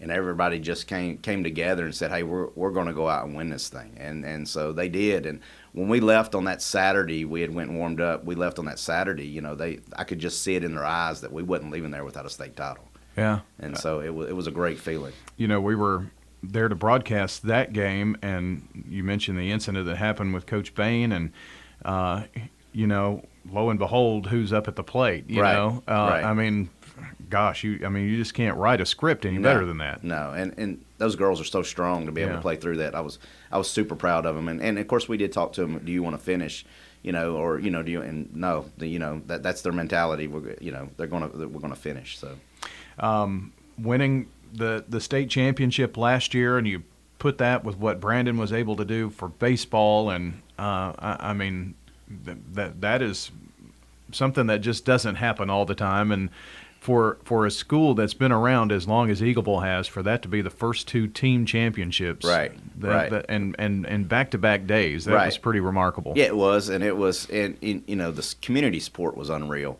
and I tell you, the big shout out goes out to our police and fire. They made sure that these kids felt loved. As we left, they always made sure, they're there when we go to take off, and on a championship game or wrestling or anything like that. They get out there and they love doing this and getting us fired up to go take off through the line. Kids come out, teachers come out, and again, that's something that you just don't see everywhere. I know you see them, people posting it everywhere, but until you're in it, it's just one of those feelings that, you got little kids, girls are looking out, and there's the little kids that have their number holding it up and everything like that. And it's just, I just feel like that's a great environment, and I'm just proud that the administration and teachers are loving that part of the environment as well. Well, I guess 2 years ago, Chad, there was not a lot of pressure, and you got to the title game. Mm-hmm. There was some pressure last year, and, you had battles in the district, and the region was tough. But, once you got to the state tournament, it was almost like something, a light flipped or something like that. And, there was a lot of pressure thinking that Eagleville was the heir apparent. Yeah. What was it, Summertown that moved? They moved up to 2A. We stayed down at 1A. Could you all feel that last year some? Some. I don't know that we felt like that. It was, we kind of started clicking and kind of feeling like this could be us this year, but we don't know. We have to have things to kind of align, because Huntland's a great ball team. Yeah. I mean, we only saw them 7 times. It's, I felt like that we just, every time we turned around, we were playing Huntland. And they're a great ball team. The coach great, and so it's just one of those things that we kept seeing, and we knew that was going to be who we had to get through, we thought, to win the thing. Well, and it turns out to be the case. Mm-hmm. So this year, you bring back the majority. What did you say? You only lost 1 girl from last year's team? Yeah, we lost 1 girl from last year's team. So we bring back everybody that we had pretty much from last year. So, and the core will be back. So we're excited. And then, we're excited about having that too. And not just this year, but next year too, right? Correct. Because of their ages. Correct. We'll lose 3. We have 3 seniors, or 4 seniors this year, 3 seniors that are playing this year. Mm-hmm. And so we'll lose 3 seniors that will go out. But we have, some coming up too through the middle school ranks as well, and some that are already there that are going to be able to kind of replace that. It will be hard, but we're trying to just keep building and building. So, well, if they're wasn't a target last year. There certainly is this year. Yeah. Great time to take on an interim position right now. But yeah, the target is there, and I think the girls like that. I think the girls want to go out and perform, and they want to perform well, and I think they enjoy having that. Everybody's just knocking down the door to play Eagleville. I mean, I'm sure you didn't have any trouble putting a schedule together. It was hard. Yeah, it was definitely hard. I think Coach Bain and Coach Sanders put that together before she stepped out, and it was hard. We was all trying to call connections to see if we could get somebody to play. So you are playing 4A teams and some perennial powers in here in Rutherford County and really everywhere. So I mean, you definitely have a very tough schedule, I think. Oh yeah, and I think that's what primes you for when you get into tough situations. You really want to be exposed on what you need to work on, and so I think the coaches. And again, our assistant coaches are probably the best around. I enjoy, like last night I went with them, and we got Coach Ellis, who actually graduated from Eagleville, and has some of that bond with the Eagleville name, and has been with us for about 4 or 5 years. And then we picked up this year, Coach Witt, Brandon Witt. He's helping us now, so that's been great. So we're excited about them. And of course, Coach Bain you've been with us since I think 6 or 7 years maybe.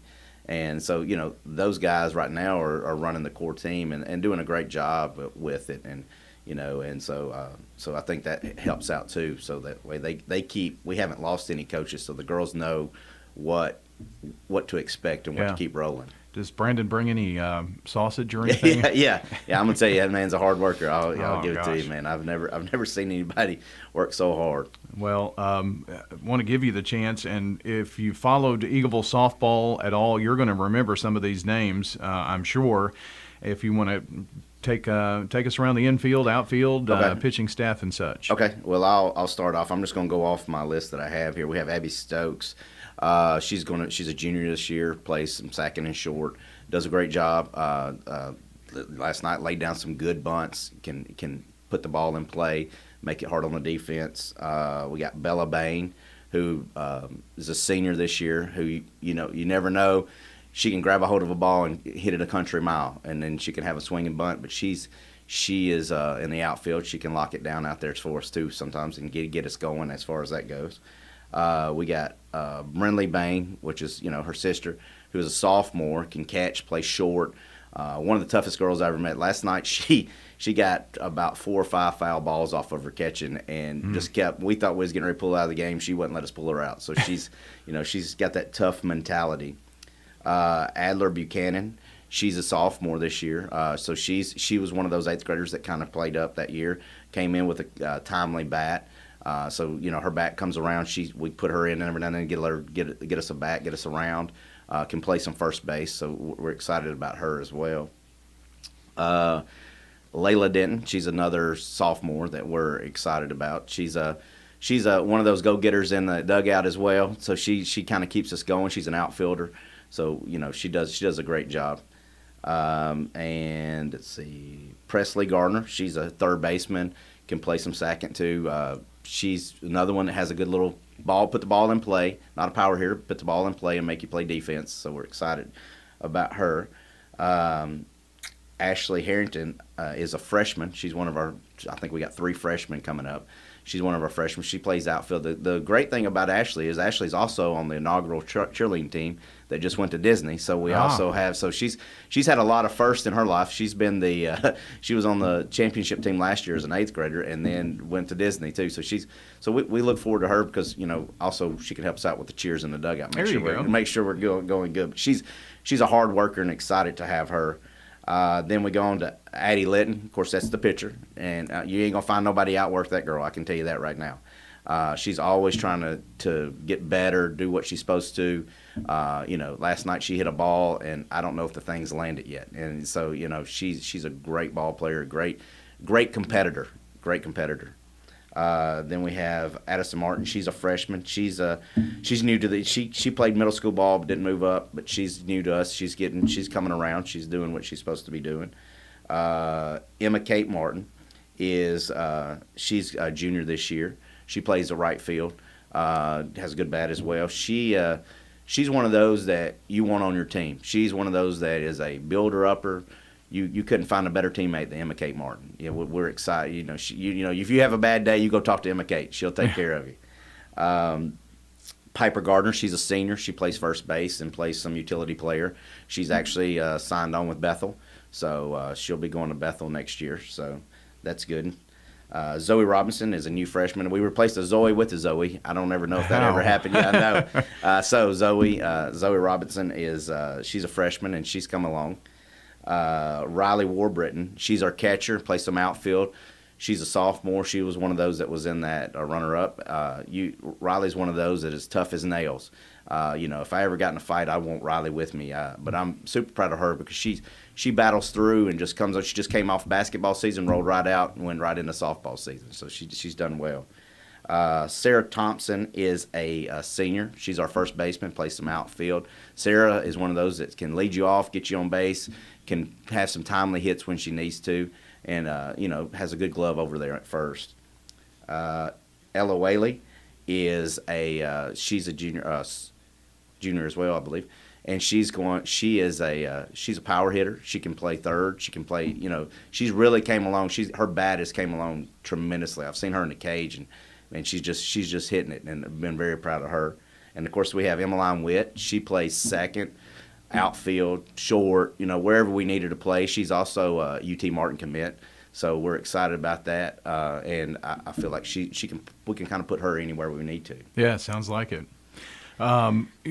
You mentioned a lot of girls that have the same last name too. So I mean, it's kind of a sisterhood. Huh? Yeah, we do. We have two sets of sisters on the team, so it's turned in kind of to a sisterhood. So yeah, it is kind of interesting. Well, the preseason done. It's time to get after it for real next week. Yes, sir. It is, and we're excited about that. And I'm just again.